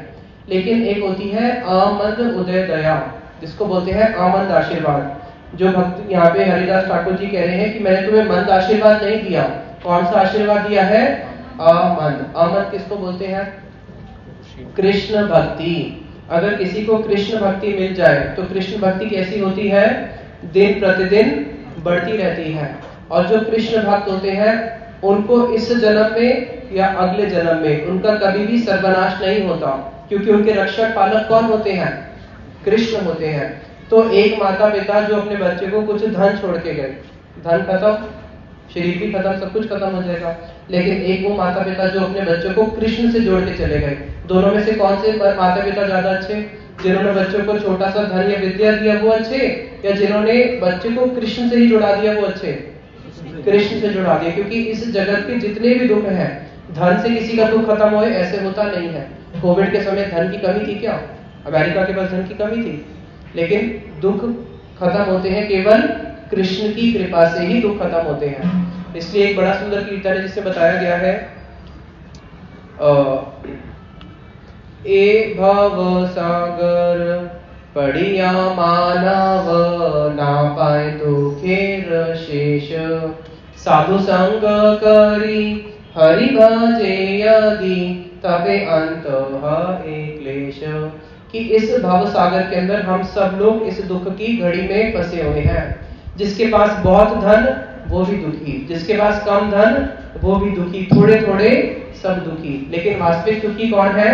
जो राम के दास, जो कृष्ण के दास है। सोने की लंका थी, किसकी? रावण की। अब सोने की लंका में इतनी सारी प्रजा रहती थी, सब कुछ सोने का, रोड सोने की, टॉयलेट सोने का, बाथरूम सोने का, सब कुछ सोने का ही सोने का, बिस्तर भी सोने का, थाली भी सोने की, सब कुछ सोने का। अब इतने बड़ी सोने की लंका के अंदर सारे लोग दुखी थे, केवल एक व्यक्ति सुखी था। कौन? विभीषण। क्यों? क्योंकि वो राम का भक्त था, बाकी सब लोग ही दुखी थे। तो जो सोने की लंका में रह के भी लोग खुश नहीं हुए, वहां पे दुखी थे, तो माताओं अब एक बात बताओ, सोने के गहने पहन के अब सुखी हो जाओगी?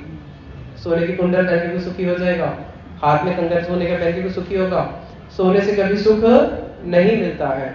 तो वहां पे हरिदास ठाकुर जी बोलते हैं उनको कि मैंने तुम्हें मंद आशीर्वाद नहीं दिया, अमंद आशीर्वाद दिया है। एबे कृष्ण प्रति तोमा सभा कार मन, जैन आछे एई मत ठाकुर सर्वशरण। कि जैसे ही तुमने मेरा दर्शन किया था, मेरे दर्शन करने के साथ साथ तुम्हारे हृदय में कृष्ण भक्ति की जो एक उमंग जागी है, मैंने उसी उमंग को देख के आशीर्वाद दिया है कि तुम्हारे हृदय के अंदर हमेशा कृष्ण भक्ति की ये उत्साह बना रहे। यही मेरा आशीर्वाद का वास्तविक अर्थ है।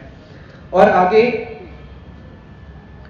अगर तुम जब इस जेल से बाहर निकलोगे, इस जेल से बाहर अभी तो तुम जेल में हो, जेल में तो कुछ काम नहीं, केवल क्या करो? भगवान का भजन करो। जब जेल के बाहर निकलोगे तो जेल के बाहर तो सारी विषय ही है, सारी माया है, तुम्हें पकड़ लेगी। यद्यपि अब कृष्ण भक्ति को तो भक्त को माया नहीं पकड़ती, लेकिन मेरा आशीर्वाद देने का केवल यही अर्थ था कि तुम्हारी कृष्ण भक्ति ही बनी रहे। और तुम चिंता मत करो, आने वाले 2-3 दिन के अंदर तुम इस सब जेल से भी रिहा हो जाओगे और बाहर निकल के भी तुम्हें माया स्पर्श नहीं करेगी, तुम केवल कृष्ण का भजन ही करोगे। तो ये नामचारी हरिदास ठाकुर जी को फिर काजी आगे लेके जाता है, मुसलमान के राजा से मिलवाता है। अब राजा इनको बहुत सम्मान देता है, राजा इनको अपने ही सामने वो आसन देता है बैठने के लिए, और आसन में बैठा के हरिदास ठाकुर जी से प्रश्न पूछता है। राजा पूछता है कि एक बात बताओ, तुम्हारा बड़े सौभाग्य से मुसलमान कुल में जन्म हुआ, इतने सौभाग्य से मुस्लिम कुल में जन्म लेने के बाद भी तुम हिंदुओं जैसा आचरण क्यों करते हो? तो क्यों जगह जगह पे हरे कृष्ण भगवान का नाम लेके फिरते रहते हो? जब तुम्हारा मुसलमान कुल में जन्म हुआ है, बैठ के नमाज क्यों नहीं पढ़ते, अपना कलमा क्यों नहीं पढ़ते, क्यों हिंदुओं की तरह इस प्रकार का गलत आचरण करते हो? तो वहां पे हरिदास ठाकुर जी बड़ा ही सुंदर उसको बोलते हैं। हरिदास ठाकुर जी बोलते हैं कि पहले तो हरिदास ठाकुर जी थोड़ा सा हंस देते हैं। शूनी माया मोहि तेरे वाक्य हरिदास, अहो विष्णु माया बलि हैले महाहास। पहले तो हरिदास ठाकुर जी बड़ा तेज की हंस देते हैं और बोलते हैं जय हो विष्णु माया। कैसी माया है कि राजा अपने आप को राजा समझ बैठा है और सोच रहा है कि मैं मुसलमान हूँ। वास्तविक में ना तो राजा है ना तो मुसलमान है, क्योंकि आत्मा का तो ना राजा होती है, ना मुसलमान होती है, ना हिंदू होती है। तो हरिदास ठाकुर जी उनको बोलते हैं कि देखो, क्या तुम भगवान पे विश्वास करते हो? नहीं करते? बोला हाँ, भगवान पे तो विश्वास करता हूँ। बोले जब तुम भगवान पे विश्वास करते हो तो तुम्हें ये तो विश्वास होगा कि भगवान एक ही है। मुसलमान राजा बोला हाँ हाँ, ये तो पूरा विश्वास है, भगवान एक ही है। तो जब भगवान एक ही है तो जिसको तुम भगवान बोल के तुम अल्लाह बोलते हो, उसको कोई भगवान बोल के भगवान बोलता है, कोई राम बोलता है, कोई कृष्ण बोलता है तो वो एक ही, उसको कोई किसी भी नाम से बोले। और ये भी तो तुम मानते होगे कि सब कुछ करने वाले भगवान है। तो वो जो राजा था इनकी बातों में आगे बोला हाँ, ये तो मैं मानता हूँ कि सब कुछ करने वाले भगवान है। तो तुम ये भी मानते होगे कि तुम स्वतंत्र नहीं हो? राजा बोला हाँ, मैं ये भी मानता हूँ, मैं स्वतंत्र नहीं हूँ, सब कुछ करने वाले भगवान है।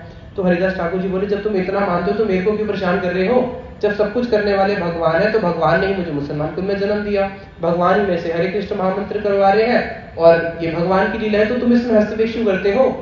तो वो राजा को थोड़ी बुद्धि समझ में आई। उसने कहा तो ठीक कह रहे हैं कि जब सब कुछ करने वाला अल्लाह है तो अल्लाह ने ही इससे महामंत्र करवा रहा है, अल्लाह ही इसको हिंदू बना रहा है, मैं क्यों बीच में कुछ बोलूं?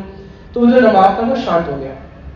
लेकिन जो काजी था ना, काजी जो कलेक्टर था, वो काजी बड़ा दुष्ट था। तो काजी ने बोला कि नहीं नहीं, ऐसा कुछ नहीं होता, ये आपको पागल बना रहा है। आज ये हिंदुओं के भगवान का नाम लेता है, इसको देख के धीरे धीरे हमारी सारी मुसलमान जाति क्या करेगी? सारी मुसलमान जाति ही भगवान का नाम करना शुरू कर देगी और सब अल्लाह को भूल जाएंगे। इसलिए इसको आपको दंड देना पड़ेगा। इसको बोलो या तो दंड का भागी बने, नहीं तो जो इसने दुष्ट कार्य करा है उसका अपना प्रायश्चित करे कलमा पढ़ के। तो हरिदास ठाकुर जी को वो राजा जो है बड़े स्नेह से समझाते हैं कि देखो, अब ये तुम्हें दंड देंगे और जब तुम्हें दंड देंगे, दंड देने के बाद भी तुम्हें कलमा तो पढ़ना ही पड़ेगा, इसलिए तुम दंड के भागी बनते ही क्यों हो, अभी से ही तुम भगवान का नाम छोड़ दो और कलमा पढ़ना शुरू कर दो। तो हरिदास ठाकुर जी बोलते हैं उसको, राजा को, खंड खंड है देह जाए यदि प्राण, तबु आमी बदने न छाड़ी हरि नाम। कि तुम मुझे दंड देने की बात करते हो तो मुझे क्या दंड दोगे, ज्यादा से ज्यादा दंड क्या दोगे, मृत्यु दंड, उससे बड़ा तो कोई दंड नहीं है। खंड खंड हई दे जाए यदि प्राण, अगर तुम मेरे शरीर के खंड खंड कर दो, मेरे शरीर के टुकड़े टुकड़े कर दो और मेरे शरीर से मेरे प्राण भी चले जाए, तब भी मेरे मुख से हरिनाम जाने वाला नहीं है। तुम ये मत सोचो कि मैं हरिनाम बंद कर दूंगा, मैं भगवान का नाम छोड़ने वाला नहीं हूं। तो जब उन्होंने इसको सुना, इसको सुन के और गुस्सा आता है काजी को, तो काजी साथ ही साथ में बोलता है कि महाराज इसको 22,000 में कोड़ों से मारने का दंड दिया जाए, यही इसका अपराध होना चाहिए। और जिसको सारे के सारे मुसलमान जाति देखेगी, हिंदू जाति भी देखेगी, और जिसको देख के कल को कोई भी भगवान का नाम लेने का दुस्साहस नहीं करेगा, इसलिए इसको 22,000 में सबके सामने हम कोड़ों से मारेंगे। तो वो जो राजा होता है, राजा काजी की बात में आके पहले तो उसको समझाता है, जब हरिदास ठाकुर जी नहीं मानते तो फिर हरिदास ठाकुर जी को 22 बाजारों में लेके जाया जाता है और 22 बाजारों में हरिदास ठाकुर जी को उस चाबुक से मारा जाता है। और मारने वाले कौन है, एक से एक बढ़कर जल्लाद, जिनके 8-8 7-7 फुट जिनका ऊंचा शरीर होता है, सारे अपने हाथ में चाबुक ले लेते हैं और चाबुक से मारना शुरू करते हैं। और पहलवान से पहलवान व्यक्ति को भी जब चाबुक से मारा जाता है तो कोई पहले बाजार या दूसरे बाजार में ही अपने प्राणों को त्याग देता है, लेकिन हरिदास ठाकुर जी को 22 बाजारों में, एक बाजार में कोड़े से मारते मारते वहां के लोगों ने देखा, फिर दूसरे बाजार में लेके गए, फिर तीसरे बाजार में लेके गए, ऐसे करते करते बंगाल के जो 22 बाजार थे, 22 बाजारों में उनको लेके गए और सब लोग हाथ में क्या कर रहे हैं, हाथ में चाबुक से इनको मार रहे हैं। ये इनको वहां पे दंड दिया गया। लेकिन जब हरिदास ठाकुर जी को मार रहे थे, चाबुक से मारा जा रहा था, उस समय हरिदास ठाकुर जी को कोई दुख नहीं हो रहा था, क्योंकि वो क्या कर रहे थे, उच्च स्वर से हरे कृष्णा कृष्णा कृष्णा हरे हरे, हरे राम राम राम हरे हरे। वो उच्च स्वर से भगवान का कीर्तन कर रहे थे, इसलिए उनको कोई दुख हुआ ही नहीं। और जब वो उच्च स्वर से भगवान का कीर्तन कर रहे थे, उनको कोई दुख तो नहीं हो रहा था जब उनको 22 बाजार से मारा जा रहा था। जो मारने वाले थे, मारने वालों की हालत खराब हो गई थी, पसीने पसीने हो गए थे, उनके हाथों में छाले पड़ गए थे, लेकिन इनके शरीर पे एक भी कष्ट नहीं हुआ, इनके शरीर पे एक भी चाबुक का निशान पड़ा नहीं। और ये समाधि की दशा में केवल भगवान का ही स्मरण करते जा रहे हैं और इनको ये चाबुक से चाबुक मारते जा रहे हैं। लेकिन हरिदास ठाकुर जी को केवल एक दुख हो रहा था, केवल एक दुख। किस चीज का दुख हो रहा था उनको, बड़ा ही सुंदर वर्णन करते हैं। हरिदास स्मरणे ओए दुख सर्वथा, छींडे से क्षण हरिदास की कथा। कि हरिदास ठाकुर जी तो भगवान के ऐसे भक्त हैं जिनका स्मरण करके एक जीव का जन्म और मृत्यु का दुख ही हट जाता है। इस जगत का सबसे बड़ा दुख क्या है, जन्म और मृत्यु। तो हरिदास ठाकुर भगवान के इतने उच्च कोटि के भक्त थे कि जिनका स्मरण करने से, अभी हम लोग हरिदास बोलेंगे तो हमारा जन्म मृत्यु का दुख भी खत्म हो जाएगा। तो उनको किस चीज का दुख हो सकता है, प्रश्न है। उनको एक दुख था केवल, वो क्या दुख था, हरिदास ठाकुर जी को केवल ये दुख था कि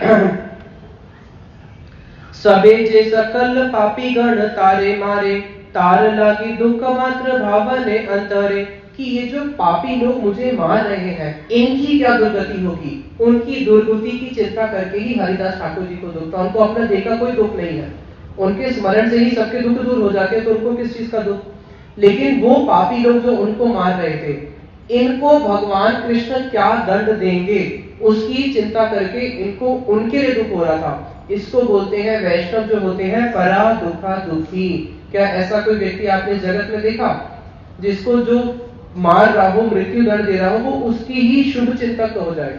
इस जगत में ऐसा कोई भी होता नहीं है। तो ये केवल भगवान के भक्त ही इस प्रकार के होते हैं जो अपने मारने वाले की भी शुभ चिंता करते हैं। इसलिए साथ ही साथ में हरिदास ठाकुर जी कृष्ण से प्रार्थना करने लगते हैं। क्या प्रार्थना करते हैं, ए सब जीवेर कृष्ण करह प्रसाद, मोर द्रोहे नहु ए सभा अपराध। हे प्रभु कृष्ण, मैं आपसे हाथ जोड़ के इनके लिए प्रार्थना करता हूँ कि इनके ऊपर अपना प्रसाद करो, इनके ऊपर अपनी कृपा करो। इनके दुख को और इनके अपराध को मत लेना, इनके अपराध को आप क्षमा कर देना। जब हरिदास ठाकुर जी को इस प्रकार से 22,000 में मारा जा रहा था, उसी समय भगवान विष्णु अपने सुदर्शन चक्र को लेके आए थे इन सारे के सारे मुसलमान को मारने के लिए। लेकिन साथ ही साथ में जब हरिदास ठाकुर जी ने प्रार्थना कर दी कि नहीं प्रभु, इनके अपराध को क्षमा कर दो, इनको मारना मत, तो भगवान का सुदर्शन चक्र विफल रह गया, क्योंकि भगवान का सुदर्शन चक्र भगवान के अधीन नहीं है। किसके अधीन है? भक्तों के अधीन है। इसलिए भगवान ने बाद में, चैतन्य महाप्रभु ने बाद में हरिदास ठाकुर को बोला था कि मैं तेरे उस कोड़े को जब मारे जा रहे थे, मैं सुदर्शन चक्र लेके आया, लेकिन तेरी प्रार्थना से मेरा सुदर्शन चक्र विफल हो गया, और उस समय मैं सुदर्शन चक्र तुमके ऊपर चला नहीं सका, लेकिन तेको कोड़े खाते हुए भी मैं देख नहीं सकता था। इसलिए मैंने क्या किया, मैंने तेरे देह की अलिंगन कर ली थी। इसलिए जितने भी कोड़े लगे थे, देख मेरी पीठ पे लगे थे। बाद में आगे आएगा, चैतन्य महाप्रभु हरिदास ठाकुर को दिखाएंगे कि देख ये सारे के सारे कोड़े किसने खाए हैं? मैंने खाए हैं। क्यों? क्योंकि मेरे को तेरे वचन की रक्षा करनी पड़ी कि इन मुसलमान को तुम क्षमा कर देना। तो वहां पे हरिदास ठाकुर जी को जब 22,000 में मारा गया, 22,000 में मारने के बाद भी जब हरिदास ठाकुर को तो कुछ नहीं हुआ, और जितने भी जो काजी के जो मुसलमान जो ये जल्लाद थे, ये सब लोग 22,000 में मारने का हरिदास ठाकुर जी को एक प्रार्थना करते हैं। बोलते हैं कि हम समझ गए कि आप तो कोई जिंदा पीर हो भगवान के, हमने आपके चरणों में बहुत बड़ा अपराध किया है, हमें क्षमा कर दो। सब लोग हरिदास ठाकुर जी के चरणों में लेट के क्षमा मांगने लगे। साथ ही साथ में उन्होंने हरिदास ठाकुर जी को बोला कि अब आप तो जीवित रह गए, लेकिन ये काजी और राजा तो हमें मार देंगे कि तुमने उसको मृत्युदंड नहीं दिया, तो हमें मृत्युदंड मिल जाएगा, हम और हमारा पूरा परिवार अब खत्म हो जाएगा। तो हरिदास ठाकुर जी बोले, अगर मेरे जीवित रहने से तुम्हें दुख होता है तो अभी के अभी मैं मर जाता हूँ। तो हरिदास ठाकुर जी को कोड़े से तो कुछ हुआ नहीं, लेकिन 22,000 के बाद जब उन्होंने इस प्रकार से प्रार्थना किया, तो हरिदास ठाकुर जी ने वहां पे मरने का अभिनय किया। जब मरने का अभिनय किया तो उनके शरीर को ये राजा के पास लेके गए और दिखाया कि देखो, हमने तो हरिदास ठाकुर को मार दिया है। उसके बाद बोले कि अब क्या करें? बोले इसको दफना देते हैं। तो काजी बोला कि नहीं नहीं, इसको दफनाना क्यों है? दफनाने से तो इसकी अच्छी गति होगी, इसकी दुर्गति करते हैं, क्योंकि हिंदू बना था, इसलिए इसके शरीर को जाके गंगा में ही फेंक दो, इसके शरीर को हम गंगा में फेंक देंगे, इसकी सदगति क्यों करनी। कहाँ पे हरिदास ठाकुर जी जो उनको मार रहे हैं उनका भी मंगल चाह रहे हैं, और कहाँ पे इस जगत के बद्ध जीव जो व्यक्ति को मार दिया, मारने के बाद भी उसका अमंगल चाहते हैं। उनका तो भाव क्या था कि इसकी सदगति ना हो, इसकी मरने के बाद भी दुर्गति हो। तो कहाँ पे भगवान के भक्त वैष्णव और कहाँ पे इस संसार के बद्ध जीव। अब आप ही बताओ, हमें किसका आश्रय लेना चाहिए, किनसे मित्रता करनी चाहिए, संसार के बद्ध जीव से या भगवान के भक्तों से? भगवान के भक्तों से। इसलिए बताया गया है कि जो व्यक्ति भगवान के भक्तों से मित्रता करते हैं, कृष्ण उनको कभी नहीं त्यागते। जिनके भी मित्र भगवान के भक्त बन जाते हैं तो भगवान उनको अपना मित्र बना देते हैं। इसलिए अर्जुन को कृष्ण बोलते थे कि अर्जुन, तेरा मित्र मेरा मित्र, तेरा दुश्मन मेरा दुश्मन। फिर आगे हरिदास ठाकुर जी को अब गंगा में डालेंगे। अब गंगा में डालेंगे तो गंगा में डालें कैसे? उसी समय भगवान उनके देह में आके अधिष्ठान कर चुके हैं। तो सारे के सारे मुसलमान मिलके भी हरिदास ठाकुर जी के शरीर को हल्का सा भी हिला नहीं सके, लेकिन हरिदास ठाकुर की ही इच्छा से भगवान फिर उनके देह से जाते हैं और इनको गंगा में डाल दिया जाता है। गंगा में जब इनको डालते हैं, गंगा की लहर के साथ तैरते तैरते दूसरी बार आते हैं, दूसरी बार उठ के फिर बैठ जाते हैं और फिर भगवान का नाम करना शुरू करते हैं। हरे कृष्णा कृष्णा कृष्णा हरे हरे, हरे राम राम राम हरे हरे। फिर भगवान का नाम करना शुरू करते हैं। अब जब लोगों को पता चला कि पहले हरिदास ठाकुर जी की तो इतनी ख्याति हो रही थी, और जब पता चला कि 22,000 में मारने के बाद भी हरिदास ठाकुर के शरीर पे कोई घाव नहीं है, वो अभी भी क्या कर रहे हैं? उच्च स्वर से भगवान का नाम कर रहे हैं। अब तो जितने मुसलमान थे सब लोग आके इनके चरणों का आश्रय लेने लगे। जितने बड़े बड़े ब्राह्मण थे अपना घर बार छोड़ के हरिदास ठाकुर जी के पास में ही रह गए। बोले हम आपके पास में ही रह के कृष्ण भक्ति करेंगे, आपके पास में ही रह के दिन रात कृष्ण का नाम सुना करेंगे। और ये जो मुसलमान राजा था, ये मुसलमान राजा को जब पता चलता है तो ये मुसलमान राजा भी आया और इसने भी आके हरिदास ठाकुर जी के चरणों में अपने अपराध की क्षमा मांगी और बहुत इसने रोते हुए प्रार्थना किया कि मुझे क्षमा करो, मैं तो अज्ञानी था, मैं जानता नहीं था, आप तो एक सिद्ध महावीर हो, मेरे अपराध को क्षमा करो। तो हरिदास ठाकुर जी ये भगवान के भक्तों का इतना बड़ा चरित्र है उनका, इतना बड़ा हृदय होता है। गुरुदेव बताते थे कि कृष्ण है, हे कृष्ण करुणा सिंधु, कृष्ण करुणा के सागर है। क्या इस जगत में कभी सागर सूखता है? कभी सुना कि सागर का पानी खत्म हो गया? तो कृष्ण की कृपा कैसी बताई है? सागर के समान, सागर कभी सूखता नहीं है। लेकिन गुरुदेव बोलते थे श्री बेगम सिंह महाराज जी की हो सकता है कभी सागर सूख भी जाए, लेकिन उस सागर से भी बड़ा सागर है, वो है भगवान के भक्तों की कृपा का सागर, जिसके अंदर कृष्ण की कृपा का सागर भी समा जाता है। तो भगवान के जो भक्त हैं उनकी कृपा कृष्ण से भी अधिक होती है। तो हरिदास ठाकुर के पास जाके जब उस मुसलमान राजा ने क्षमा मांगी, तो उस हरिदास ठाकुर जी ने उसको क्षमा किया। इसलिए बड़ा ही सुंदर वर्णन करते हैं वृंदावन दास ठाकुर जी। जार दृष्टि मात्रे छाड़े अविद्या बंधन, कृष्ण नाम लागे हरिदासेर वचन। कि भगवान कृष्ण भी हरिदास ठाकुर जी के वचन को लांघ नहीं सकते। हरिदास ठाकुर जी ने अगर किसी को बोल दिया कि इसको कृष्ण भक्ति हो, चाहे वो अधम से अधम क्यों ना हो, तो कृष्ण भक्ति उसको मिलेगी ही मिलेगी। तो पापी से पापी व्यक्ति के सारे पाप, हरिदास ठाकुर जी अगर बोले तुम्हारे सारे पाप खत्म, तो कृष्ण को उसके सारे पाप खत्म करने ही पड़ेंगे। उनकी बात को कृष्ण भी नहीं लांघ सकते। तो वहां पे हरिदास ठाकुर जी ने उस मुसलमान राजा को क्षमा किया, और उसके बाद जितने भी वहां पे लोग थे सब लोग हरिदास ठाकुर जी की ही महिमा गान करने लगते हैं। अब आगे ही हरिदास ठाकुर जी का एक बड़ा ही सुंदर और वर्णन करते हैं कि हरिदास ठाकुर जी फुलिया गांव, वहीं पास में फुलिया गांव है बंगाल में, जब हम लोग जाते हैं वहां पे हरिदास ठाकुर जी जब रह के भजन करते थे, तो उनकी जो भजन कुटी थी, उनकी भजन कुटी के नीचे एक बहुत बड़ा सर्प रहता था, और उस सर्प का ऐसा विष था कि कोई भी हरिदास ठाकुर जी के दर्शन करने भी नहीं आ सकता था। क्योंकि हरिदास ठाकुर जी के अगर दर्शन करने आएगा, जिस कुटिया में वो रह रहे हैं उसके नीचे कौन है? महासर्प बैठा है। उसकी विष की ज्वाला से वहां पे पशु पक्षी भी नहीं आते थे, वो भी आके भस्म हो जाते थे। लेकिन हरिदास ठाकुर जी के नाम का ऐसा प्रभाव था कि जिस कुटिया में रह के भजन करते थे, उसके नीचे जो सर्प का जो वो बना हुआ था बिल, उसका विष हरिदास ठाकुर जी को कभी स्पर्श ही नहीं करता था। तो सब लोगों ने हरिदास ठाकुर जी को बोला कि आप इस भजन कुटी को छोड़ के कहीं और भजन कुटी बना लो, क्योंकि यहाँ पे हम आपका दर्शन करने भी नहीं आ सकते, यहाँ पे इतना विष की ज्वाला है। तो हरिदास ठाकुर जी बोले कि मेरे को तो कुछ विष की ज्वाला स्पर्श करती नहीं है, लेकिन अगर आप भक्तों को कष्ट हो रहा है तो मैं दूसरी जगह पे भजन करने चले जाता हूँ। जब सर्प ने ये सुना कि मेरे कारण से इनको दूसरे स्थान पे जाना पड़ेगा, तो सर्प वहीं से सबके सामने निकला। उसके सर्प के ऊपर मस्तक पे एक मणि भी थी। हरिदास ठाकुर जी को प्रणाम करके वो भी वहां से चला गया। तो ये भगवान के ऐसे भक्त थे जिनसे सर्प भी क्या करता था, जिनको प्रणाम करता था, सर्प भी जिनसे मत्सरता नहीं करता था। अब हरिदास ठाकुर जी एक दिन एक स्थान से जा रहे थे, वहां पे एक व्यक्ति जो भगवान कृष्ण ने कालिया के फणों में नृत्य किया था ना, भगवान कृष्ण ने कालिया के फणों में नृत्य किया था, सुना होगा ना। तो उस लीला का गान करते हुए अपने सर्प को नचा रहा था। होते ना बजाते हुए सर्प को नचाते हैं। तो जैसे हरिदास ठाकुर जी ने उसको देखा, उसको देखने के साथ साथ उनको कृष्ण का स्मरण हुआ कि कृष्ण की कितनी सुंदर लीला है, कालिया के फणों में नृत्य कर रहे हैं। तो हरिदास ठाकुर जी कृष्ण का नाम करते हुए, कीर्तन करते हुए, भूमि पे लोटपट करते हुए बड़ा सुंदर नृत्य करने लगे।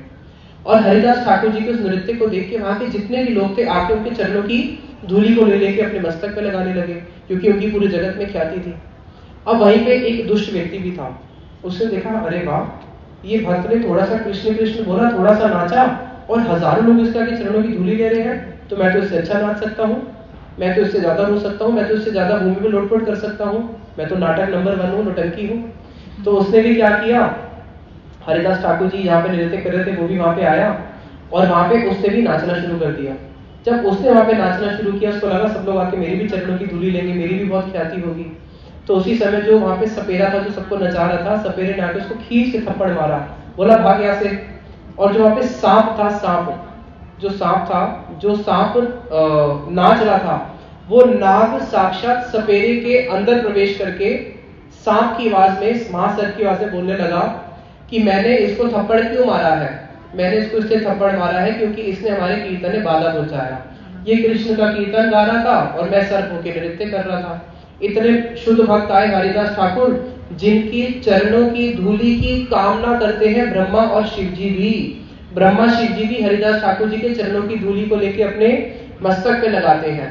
तो ऐसे भक्त का इसने अनुकरण किया और ये सबको छलने के लिए आया था, ये कपटी है। और कृष्ण की कृपा कभी भी कपटी व्यक्ति के ऊपर नहीं होती है। तो हरिदास ठाकुर जी का इस प्रकार से पूरे नवद्वीप के आसपास में उनका ख्याति होने लगी। और फिर हरिदास ठाकुर जी क्या करते हैं, उस समय कुछ ऐसे भी लोग थे जो हरिदास ठाकुर जी से द्वेष करते थे। तो एक व्यक्ति हरिदास ठाकुर जी को आके बोला, क्रोध में आके, कि पूरे जगत को तुमने पागल बना के रखा हुआ है, पूरे जगत में क्या करते हो, दिन रात नाचते हुए बस हरे कृष्ण हरे कृष्ण हरे कृष्ण करते रहते हो, सबको पागल समझ के रखा है क्या? भगवान की भक्ति केवल मुख से होती है क्या? भगवान की भक्ति घर में बैठ के भी होती है, घर में बैठ के भगवान की भक्ति करो। अरे अगर भगवान का नाम करना है तो किसने बोला उच्च स्वर से करो, मन ही मन में भगवान का नाम लो। क्यों ढोंग करते हो, माला लेके सबको दिखाते रहते हो, जैसे जगत में सब लोग बोलते हैं पाखंडी लोग। तो हरिदास ठाकुर जी बोले कि देखो मैं तो शास्त्रों को मानता हूँ, और शास्त्रों में लिखा हुआ है कि जो भगवान का नाम उच्च स्वर से करता है, उच्च स्वर से भगवान का नाम करने से 100 गुना अधिका, उसको 100 गुना अधिक फल मिलता है। 100 वर्षे 100 मुख ओहान में 100 गुना अधिक फल मिलता है। तो उसने बोला कि मैं तो शास्त्रों में कहा लिखा है दिखाओ। तो उन्होंने भागवत अनेक सारे प्रसंग दिखाए, बताया कि जो पशु पक्षी हैं, पशु पक्षी तो भगवान का नाम नहीं ले सकते ना, पशु पक्षी तो भगवान का नाम नहीं ले सकते, कीट वो भी भगवान का नाम नहीं ले सकते। केवल मनुष्य शरीर में ही भगवान ने एक ऐसी जीवा दी है जो भगवान का नाम ले सकती है। क्या पशु की जीवा नहीं है? पशु की भी तो जीवा होती है, लेकिन वो जीवा भगवान का नाम नहीं ले सकती। पशु पक्षी कीट आदि बलि ते न पारे, सुनी ले हरि नाम तार सब तारे। लेकिन वो लोग अगर भगवान का नाम सुन लेते हैं तो सुनने से ही वो वैकुंठ को चले जाते हैं। इसलिए अगर मैं उच्च स्वर से नाम ले रहा हूँ, पर पशु पक्षी कीट पतंग जितने भी पौधे हैं वो सब भी भगवान का नाम सुनते हैं, उनका भी उद्धार हो जाता है। और शास्त्रों में लिखा है कि जो केवल खुद हरि नाम करता है वो केवल अपना उद्धार करता है, और जो उच्च स्वर से हरि नाम करता है वो अपना तो उद्धार करता ही है, साथ में आसपास में जितनी जीव आत्माएं हैं उनका भी उद्धार करता है। तो हरिदास ठाकुर जी की इस बात को सुनकर उसने बोला कि अगर तुम झूठ बोल रहे हो तो तुम्हारी नाक मैं काट दूंगा, और अगर मैं झूठ बोल रहा हूं तो मेरी नाक कट जाए। फिर हरिदास ठाकुर जी हंस दिए और वो व्यक्ति वहां से चला गया। और कुछ दिनों बाद ऐसे ही हुआ कि ये जो विप्र था जिसने आके हरिदास ठाकुर जी को इस प्रकार से बोला था, ये ब्राह्मण था। इस ब्राह्मण की नाक में रोग हो गया, चेतक रोग, जिससे इसकी नाक पूरी गल के खत्म हो गई। और जितने भी ब्राह्मण थे जो इसका कष्ट ले रहे थे उन सबको भी कोई ना कोई महारोग हो गया। इसलिए जो भगवान के भक्त होते हैं, भगवान के भक्त हमेशा आदर के पात्र होते हैं। इसलिए यहाँ पे बड़ा ही सुंदर वर्णन करते हैं कि हरिदास ठाकुर जी के विषय में, शत वर्ष शत मुके ओहा न महिमा, कही ले ओ नाही पारे करी बारे सीमा। कि अरे अगर मैं 100 साल तक भी हरिदास ठाकुर जी की महिमा गान करते रहूं, ये भगवान के ऐसे भक्त थे महाप्रभु के कि मैं 100 साल भी इनका महिमा गान करते रहूं तब भी मैं इनकी महिमा का पार नहीं पा सकता। सकृत जे बलि पे हरिदास नाम, सत्य सत्य से ही जाई बे कृष्ण धाम। आप सब मेरे पीछे बोलो, हरिदास ठाकुर की जय। वृंदावन दास ठाकुर जी कह रहे हैं जो हरिदास ठाकुर की जय देंगे, सत्य सत्य जाई बे कृष्ण धाम। सत्य सत्य, मैं सत्य बोलता हूँ, एक बारी नहीं 2 बारी बोलता हूँ सत्य, कि जो भी हरिदास ठाकुर जी का नाम लेंगे वो सब लोग कहाँ पे जाएंगे? कृष्ण के धाम जाएंगे। तो ये भगवान के ऐसे भक्त थे हरिदास ठाकुर, जिनके लिए वृंदावन दास ठाकुर जी बोलते हैं कि जो भी हरिदास ठाकुर जी के प्रसंग को सुनेगा कि किस प्रकार से इनकी नाम में निष्ठा थी, निश्चित रूप से उसको कृष्ण भक्ति प्राप्त होगी। अब यहाँ पे हरिदास ठाकुर जी ने एक शिक्षा दिया, बहुत बड़ा शिक्षा दिया। क्या शिक्षा दिया? कई लोग बोलते हैं कि हमारे पास हरिनाम करने के लिए समय नहीं है। कई लोग बोलते हैं कि मेरे ऊपर ऑफिस का बहुत वर्कलोड है इसलिए मैं हरिनाम नहीं कर सकता। कई लोग बोलते हैं कि हम संसार में फंसे हुए हैं, हमारे ऊपर संसार की बहुत रिस्पॉन्सिबिलिटीज है इसलिए मैं हरिनाम नहीं कर सकता। लेकिन यहाँ पे हरिदास ठाकुर जी ने क्या शिक्षा दिया कि अगर तुम्हें कितनी भी विघ्न बाधाएं आ जाए, मेरे ऊपर कैसी विघ्न बाधाएं आई, 22 बाजारों में मारा गया, लेकिन इतनी विघ्न बाधा आने पर भी भगवान का नाम मैंने नहीं छोड़ा। तो ये भगवान के नाम की परीक्षा है। जो भगवान का नाम लेते हैं उनको कभी भी किसी भी परिस्थिति में भगवान का नाम नहीं छोड़ना चाहिए। दूसरा, हरिदास ठाकुर जी ने क्या शिक्षा दिया? इनका जन्म कौन से कुल में हुआ? मुस्लिम कुल में। कि भगवान के भक्त का जन्म किसी भी कुल में क्यों ना हो, वो भगवान के भक्त को कभी भी उसके कुल से नहीं देखना चाहिए। जो भगवान के भक्त को उसके कुल से पहचानते हैं वो सब लोग कौन होते हैं? सपाषांडी भवे ध्रुवम, वो सारे के सारे यमलोक को जाते हैं। इसलिए भगवान के भक्तों का कभी भी आश्रम वर्ण नहीं देखना चाहिए कि वो कौन से वर्ण या कौन से आश्रम में है। वो किसी भी आश्रम में रहे, किसी भी वर्ण में रहे, वो केवल भगवान के भक्त हैं। जैसे सोना, अगर सोना नाली में गिर जाए तो उसका मूल्य कम हो जाएगा, थोड़ा सा तो कम हो जाएगा, 10-20 रुपए, कुछ भी उसका मूल्य कम होने वाला नहीं है। उसी प्रकार से भगवान के बाद किसी भी कुल में क्यों ना जन्म ले, चाहे वो असुर कुल में जन्म क्यों ना ले प्रहलाद महाराज, तब भी कौन है वो, भगवान के भक्त ही हैं। बोलो हरिदास ठाकुर की जय।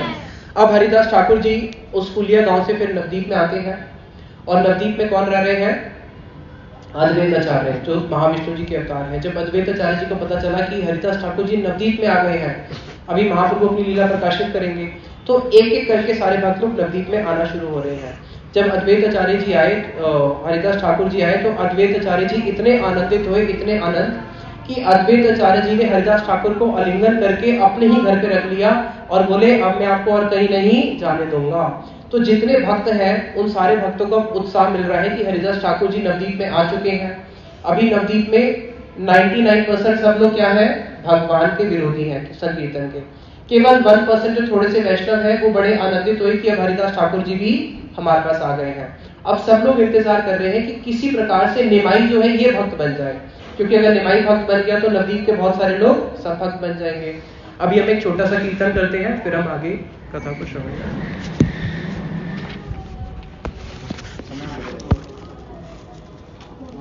एक निमाई के भक्त थे जिनका था बुद्धिमत खान। उन्होंने बोला कि विवाह का सारा खर्चा मैं उठाऊंगा। तो सारे भक्त लोग बोले नहीं, अगर आप सारा खर्चा उठाओगे तो हमें कैसे सेवा का अवसर मिलेगा। बोले नहीं, इस बार तो सारा खर्चा मैं उठाऊंगा, राज महाराज की तरह की शादी होगी। फिर निमाई का दूसरा विवाह हुआ विष्णु प्रिया जी से, और उसमें कितने ही करोड़ों लोग आए। क्यों? क्योंकि भगवान के सारे देवता उनके भक्त थे, 33 कोटि देवी देवता। तो सारे के सारे देवी देवता भी ब्राह्मण ब्राह्मणी का रूप धारण करके, नर नारी का रूप धारण करके महाप्रभु के इस विवाह में आए। यहाँ तक कि ब्रह्मा जी शिव जी कैलाश पर्वत से पार्वती जी के साथ जितनी भी उनकी और सेविकाएं हैं 9 अरब, वो सारी की सारी भी इनके विवाह में आई। तो इतना बड़ा विवाह हुआ कि जितने भी नवदीप वासी हैं किसी को समझ में नहीं आई कि इतने सारे लोग आ कहां से रहे हैं। और विवाह के अंदर जितने भी लोग आए सबको चंदन, माला और तांबूल दिया जा रहा था, पान दिया जा रहा था। तो वहां पे लाइन लगी हुई थी जिसमें चंदन, माला और तांबूल मिलेगा। तो जो ब्राह्मण लोग हैं वो एक बार लेने के बाद दोबारा से लाइन में लग जाते हैं, दोबारा से मिलेगा। तो महाप्रभु ने घोषणा कर दी निमाई ने कि सबको 3-3 बारी दो। तो सब लोग 3-3 बारी लाइन में लग के लेने लगे। और इतना बड़ा हुआ कि वहां पे जितनी वस्तु दान की थी, जितने भक्त लोग आ रहे हैं उनको जो खाद्य की वस्तु दी जा रही है, खाने की, माला की, चंदन आदि, वो सारी की सारी वस्तुएं ही अनंत हो गई। क्योंकि अनंत लोग आते जा रहे हैं महाप्रभु के उस विवाह में जो विष्णु प्रिया जी के साथ विवाह हुआ। यहाँ तक कि बताते हैं कि उस विवाह के अंदर जो सामग्री दान में थी उसको तो छोड़ दो, जो सामग्री दान में देने के बाद जो गिर जाती है, जैसे होता है ना चावल देते हैं तो एक दाना नीचे गिर जाता है, जितनी वस्तु नीचे गिर गई उससे ही 50 विवाह और हो जाए। तो कितना दान दिया होगा उसकी तो कोई गिनती ही नहीं है। तो विष्णु प्रिया जी के साथ उनका विवाह होता है, दूसरा विवाह। अभी जो लक्ष्मी प्रिया जी गई है और विष्णु प्रिया जी आई है उसके पीछे एक कारण है। महाप्रभु ने अभी अपनी भक्ति को प्रकाशित करना है। जब भक्ति को प्रकाशित करना है, जब वो भी संकीर्तन रास को प्रकाशित करेंगे, उसके लिए उनको विष्णु प्रिया जो है भक्ति देवी, भक्ति स्वरूपणी है। तो लक्ष्मी प्रिया जी जाती है और विष्णु प्रिया जी आती है। अब इतने में ही क्या होता है, नवदीप में आ जाते हैं ईश्वरपुरी जी। ईश्वरपुरी जी कौन है? ईश्वरपुरी पाद जी जो है वो चैतन्य महाप्रभु के गुरु है ईश्वरपुरी। तो आज ईश्वरपुरी जी आए नवदीप में, और नवदीप में आने के बाद वो जाते हैं अद्वैत आचार्य जी के भवन में।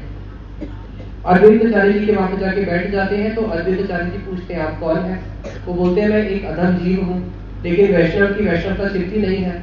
अद्वैत आचार्य जी उनकी वैष्णवता को ही देख के समझ लेते हैं कि कितना तेज है, कोई ना कोई श्रेष्ठ वैष्णव है।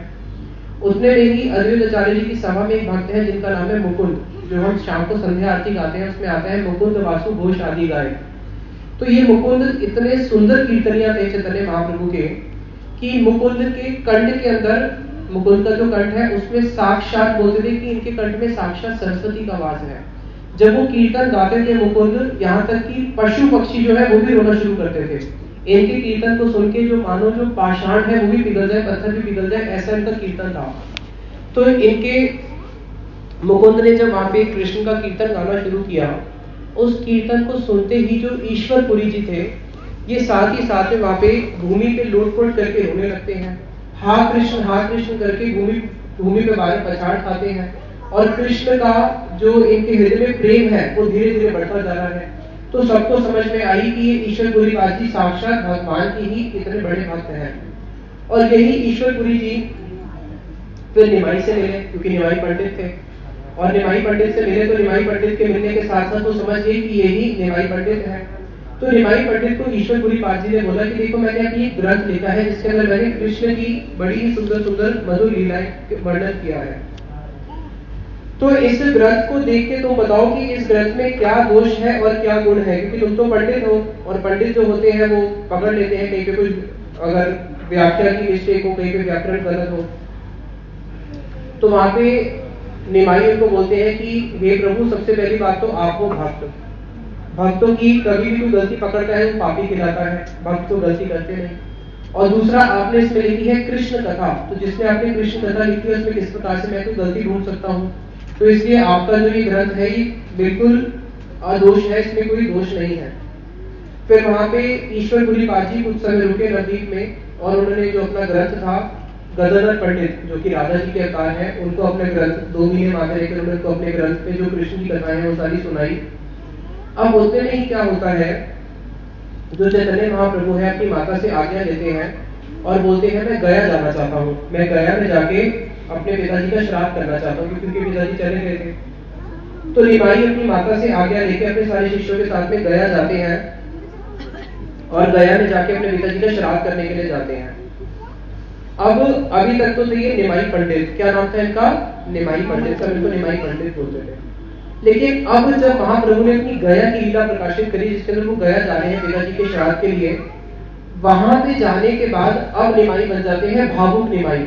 इससे पहले थे निमाई पंडित, और गया से आने के बाद क्या बन जाएंगे वो, भावुक निमाई। क्यों? क्योंकि गया में जाके उनका ईश्वरपुरी पाजी से फिर से मिलन होता है, और ईश्वरपुरी पाजी से वहां पे वो हरि नाम दीक्षा लेके आते हैं, और वहां से आने के बाद वो भावुक निमाई बन जाते हैं। तो आज हम महाप्रभु की गया लीला को सुनेंगे, और कैसे भी वो भावुक निमाई के बाद जो महाप्रभु की लीला आरंभ होती है कीर्तन रास की और इस प्रेम को विवरण करने की। तो वहां पे जब महाप्रभु रास्ते में गया जा रहे थे अपने सब शिष्यों के साथ, रास्ते में पैदल, रास्ते में महाप्रभु को ज्वर हो गया, बुखार हो गया। बच्चे चुप हो जाओ। महाप्रभु को जब वहां पे रास्ते में बुखार हो जाता है, तो जितने भी बच्चे हैं, एक से एक बच्चा, उनके जो विद्यार्थी हैं सब औषधि लेके आते हैं। इसको बिठा दो ना नीचे, कल इसको कथा में लेके मत आना, आपने कल भी मना किया था, क्योंकि हमारे गुरुदेव छोटे बच्चों को कथा में लेके आने के लिए मना करते थे। वो बोलते थे वो खुद तो कथा सुन नहीं पाएंगे, बाकी को भी सुनने नहीं देंगे, उससे अच्छा तुम खेलने के लिए रखो या सुना दो उस समय। तो वहां पे चैतन्य महाप्रभु को जब रास्ते में ज्वर हो जाता है, उस ज्वर का उपचार करने के लिए अनेक वैद्य आए, लेकिन ज्वर उतरता ही नहीं है। जितने विद्यार्थी हैं सब विद्यार्थी, कोई पानी की पट्टी कर रहा है निमाई को, कोई उनको कोई औषधि दे रहा है, कोई नीम का काढ़ा पिला रहा है, लेकिन महाप्रभु का ज्वर ठीक ही नहीं हो रहा। फिर महाप्रभु आगे जाके बोलते हैं कि मेरे ज्वर का ठीक करने का उपाय मैं खुद ही जानता हूँ। क्या उपाय है? तबे प्रभु व्यस्तिला औषध आपने, सर्व दुख खंडे विप्र पातो दत्त पाने। तो महाप्रभु बोले कि मैं अपनी व्यवस्था खुद ही करूंगा, मैं अपनी औषधि खुद ही लेके आता हूँ।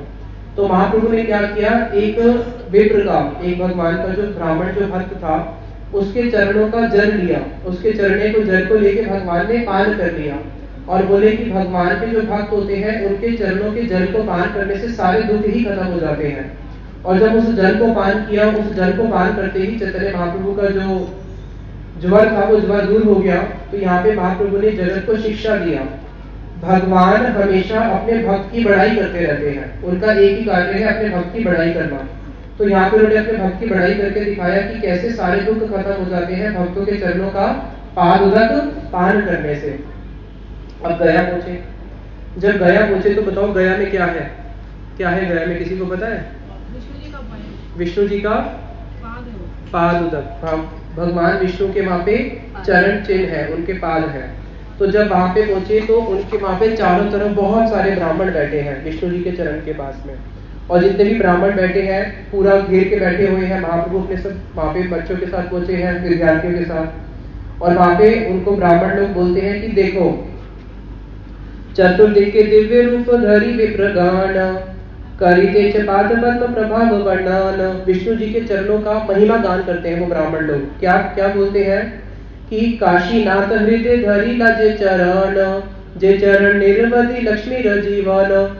देखो ये वही चरण है जिसको काशीनाथ शिव जी हमेशा अपने हृदय से धारण करके रखते हैं।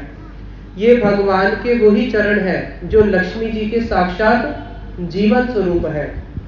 बलि शिरे आविर्भाव हैला जे चरण, सेई एई देख चत भाग्यवत जन। जिसका बहुत भाग्य का उदय होता है वो ही इन चरणों के दर्शन कर पाता है। ये वही चरण है जिनको भगवान ने बलि के मस्तक पे स्पर्श किया था।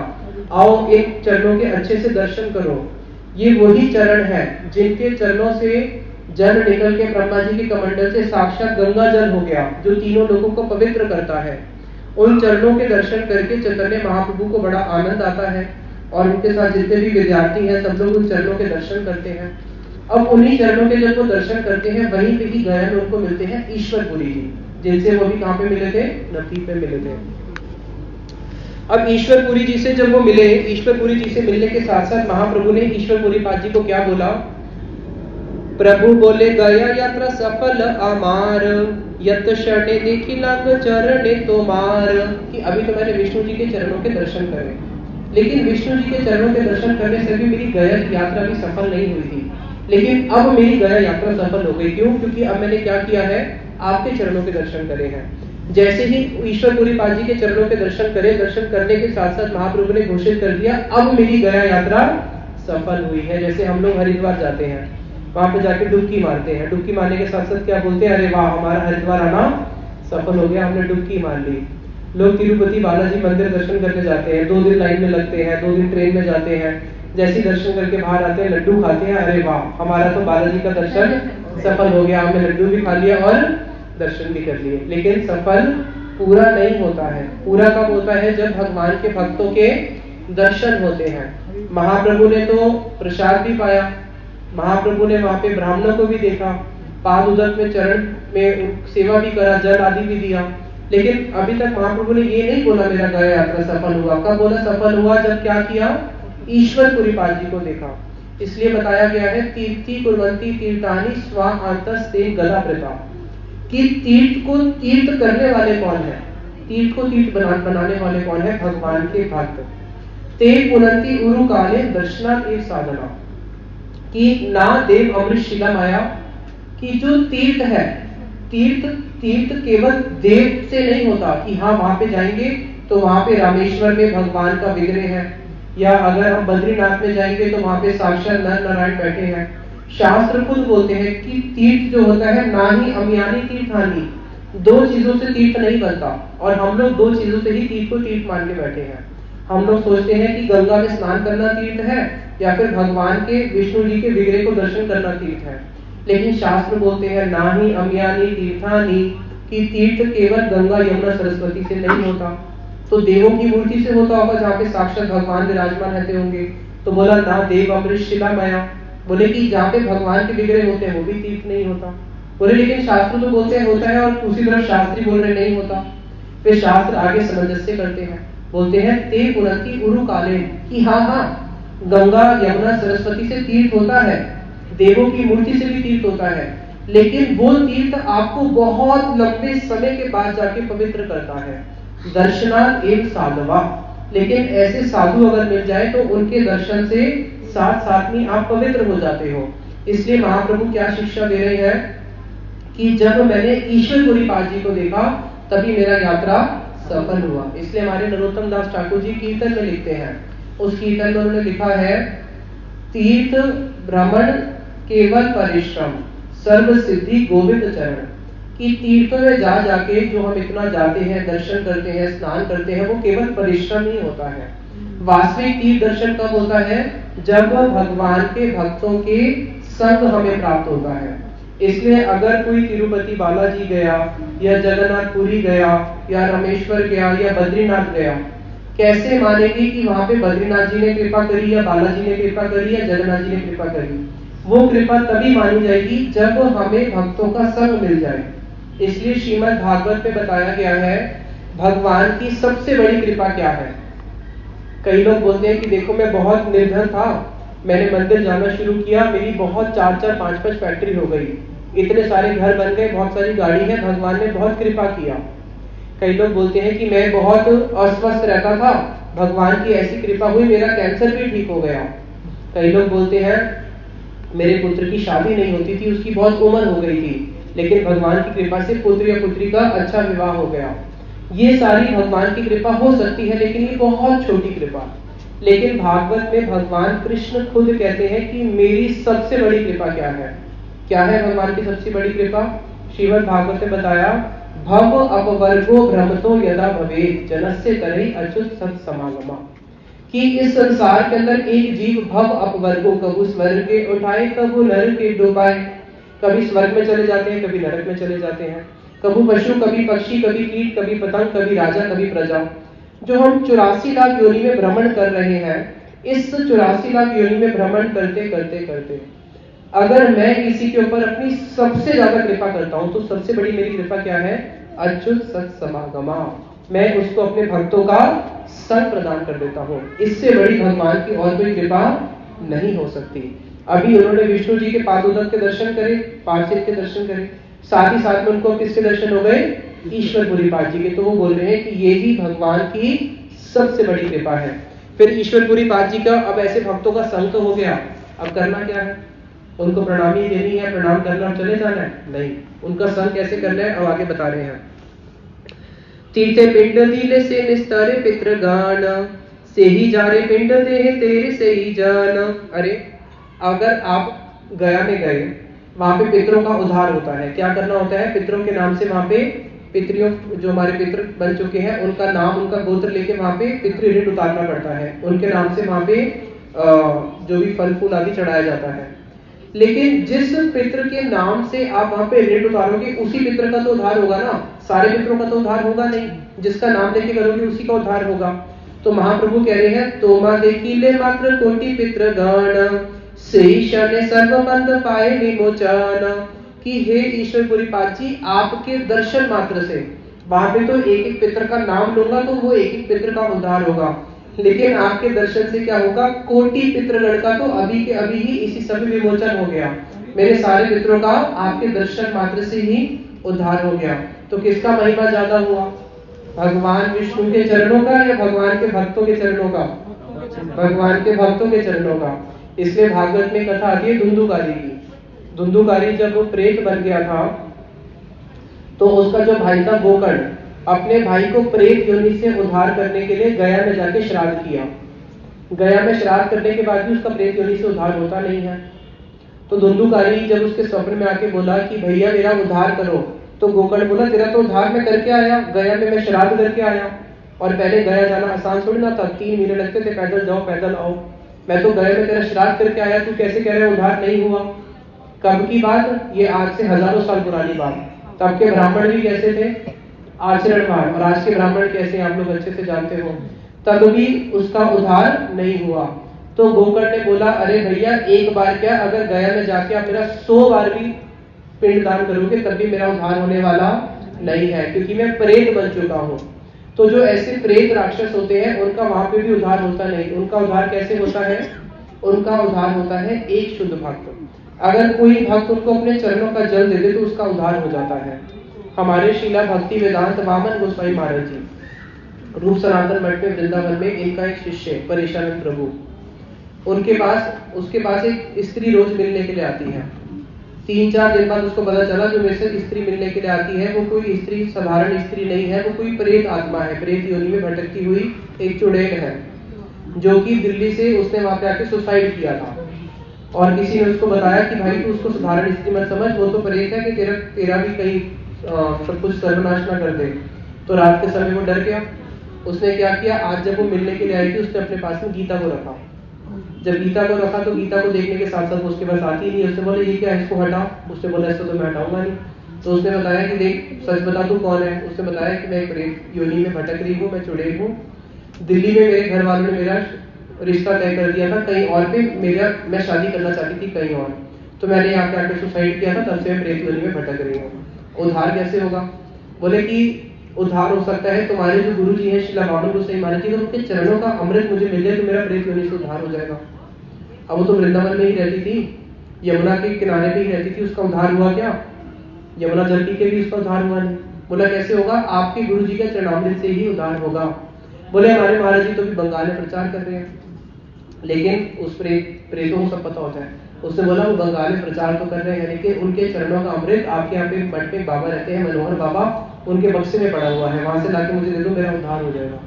तो वहां से चरणामृत उसको दिया और उसका उद्धार हो गया। ऐसी कितनी ही सारी कथाएं आती हैं। रामानुजाचार्य जी की कथा आप लोगों ने सुनी होगी, सुनी या नहीं सुनी? रामानुजाचार्य जी की कथा है। रामानुजाचार्य जी के समय जब वो छोटे से बालक थे, उनका क्या नाम था? जब वो छोटे बालक थे रामानुजाचार्य जी, क्या नाम था उनका? बताओ, आप तो उनके क्षेत्र के रहने वाले लोग हो, भक्त भी हो, नहीं पता? लक्ष्मण सेन था ना उनका नाम, बचपन का लक्ष्मण सेन। तो जब वो छोटे बालक थे, वो जिनके पास विद्या ग्रहण करने जाते थे वो मायावादी था, और ये बचपन से ही वैष्णव थे। उस समय का जो राजा था यहाँ के राजा की बेटी बिल्कुल युवा हो गई, उसकी शादी होने वाली थी। जब उसकी बेटी का विवाह होने वाला था, बिल्कुल राजा की कन्या, बिल्कुल 2-4 दिन में उसका विवाह होने वाला है। विवाह से 2-3 दिन पहले उसके अंदर एक प्रेत आत्मा घुस गया। कौन सा प्रेत? प्रेतों के अंदर बहुत सारी कैटेगरीज होती है, तो सबसे ऊंचा होता है उसको बोलते हैं ब्रह्म राक्षस। तो वो उसके अंदर घुस गया। जब उसके अंदर घुस गया तो उस राजा की बेटी ने क्या किया, अपने सारे वस्त्र खोल के पूरी नग्न अवस्था में राजमहल पे दौड़ दौड़ के भागने लगी।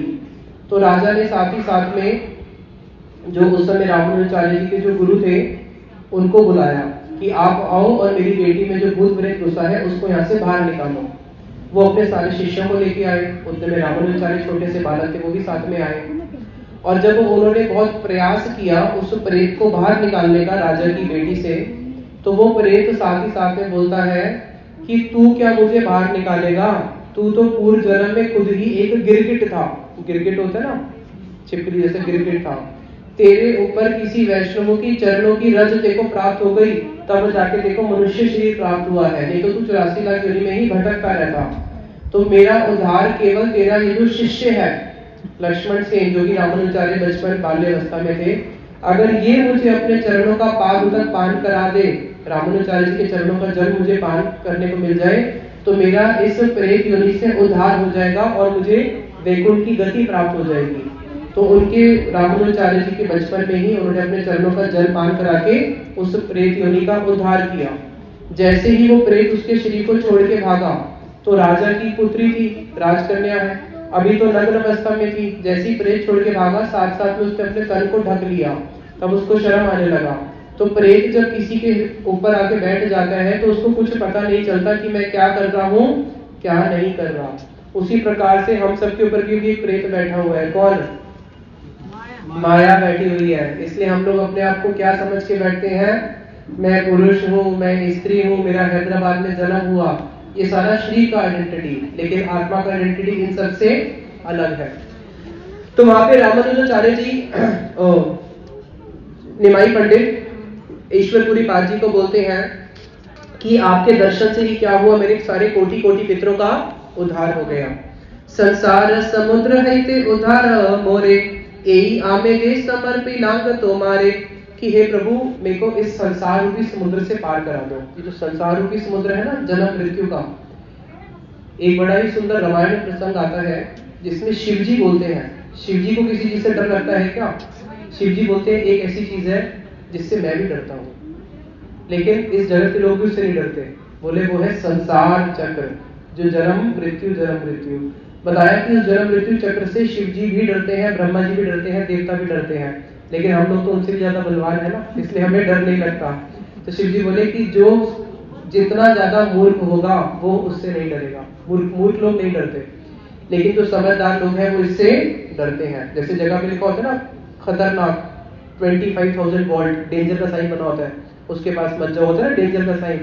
अब जो मूर्ख होगा वो क्या करेगा, उस डेंजर के पास जाएगा, लेकिन जो समझदार होगा वो उससे दूर रहेगा। उसी प्रकार जो समझदार लोग हैं वो माया से दूर रहते हैं, और जो मूर्ख है वो जाके माया को गले लगाते हैं। तो वहां पे चैतन्य महाप्रभु निमाई पंडित ईश्वरपुरी पाद जी से बोलते हैं कि मैंने अपनी देह आपको अर्पित कर दी है, और आप मुझे क्या करो, कृष्ण पाद पद में अमृत रस पान, हमारे कराओ तुम्हें यही चाहिए दान, कि बस मुझे एक ही दान दो कि मुझे कृष्ण के पाद पद्म का अमृत पान कराओ। मैं दिन रात कृष्ण के चरणों का ही अमृत पान करना चाहता हूँ, कि मेरे को और आपसे कुछ नहीं चाहिए, मुझे केवल क्या चाहिए, कृष्ण के दर्शन हो जाए, कृष्ण का अमृत पान हो जाए, और मैं आपसे कोई कामना नहीं करता। वहीं पे ईश्वरपुरी पाद जी फिर वहीं पे रहते हैं कुछ समय, गया में निमाई पंडित भी वहां पे रहते हैं। ईश्वरपुरी पाद जी निमाई पंडित के घर पे भिक्षा करने के लिए आए। निमाई पंडित ने अपने घर पे बड़ा ही सुंदर अन्न भोजन बनाया था। जैसे ही ईश्वरपुरी पाद जी आते हैं तो निमाई पंडित जी उनको बोलते हैं कि आप यहाँ पे भोजन करो, मैं अपना दोबारा से बना दूंगा। ईश्वरपुरी जी बोलते हैं कि नहीं, इसके दो भाग कर दो, एक तुम पाना, एक मैं पाऊंगा।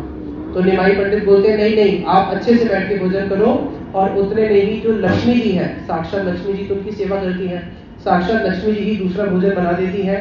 तो ईश्वरपुरी पाद जी बड़ा सुंदर वहां पे भोजन करते हैं, फिर निमाई पंडित भी भोजन करते हैं। और फिर वहां पे वो निमाई पंडित क्या करते हैं, ईश्वरपुरी पाद जी से हरि नाम की दीक्षा मांगते हैं कि आप मुझे कृष्ण मंत्र में दीक्षा दो। फिर ईश्वरपुरी पाद जी इनको कृष्ण मंत्र में दीक्षा देते हैं। हरे कृष्णा कृष्णा कृष्णा हरे हरे, हरे राम राम राम हरे हरे। अब जब इन्होंने गया में जाके ईश्वरपुरी पाद जी से दीक्षा ग्रहण किया, उसके बाद ईश्वरपुरी पाद जी बन जाते हैं भावुक निमाई। इससे पहले थे वो निमाई पंडित। और अब वो क्या करते हैं, नाम करते करते रोना शुरू करते हैं और बोलते हैं, कृष्ण रे बाप रे मोर जीवन श्री हरि, कौन दिखे तेरा मोर प्राण करी चोरी। अरे कृष्ण रे बाप रे, हे मेरे कृष्ण, अरे मेरे बाप, अरे मेरे जीवन के धन हे हरि, आप मेरे हृदय को चोरी करके कहाँ चले गए। अब कृष्ण मंत्र करते करते उनकी ऐसी दशा हो जाती है कि निमाई केवल क्रंदन ही करते रहते हैं और कुछ करते नहीं है। दिन रात केवल कृष्ण कृष्ण करते हैं और क्रंदन कर करके यही बोलते हैं कि ये चोर कहाँ चला गया मेरे हृदय को चोरी करके। अब ये भावुक निमाई बन के वापिस निमाई अपने सब शिष्यों के साथ पहुंचते हैं गया से पुनाका पे नवद्वीप में। अब जब ये वापस नवद्वीप में पहुंचते हैं, अब ये भावुक निमाई बन चुके हैं। अब यहाँ से महाप्रभु की लीला शुरू होती है, जिसके लिए वो इस जगत में आए थे, उस प्रेम को दान करने के लिए। उस लीला को हम कल श्रवण करेंगे। आज यहीं पे ही वाणी को विश्राम देते हैं, समय हो चुका है। निताई गौर प्रेमानंदे हरि हरि बोल। गोपी प्रभु आ जाओ, अरविंद प्रभु है।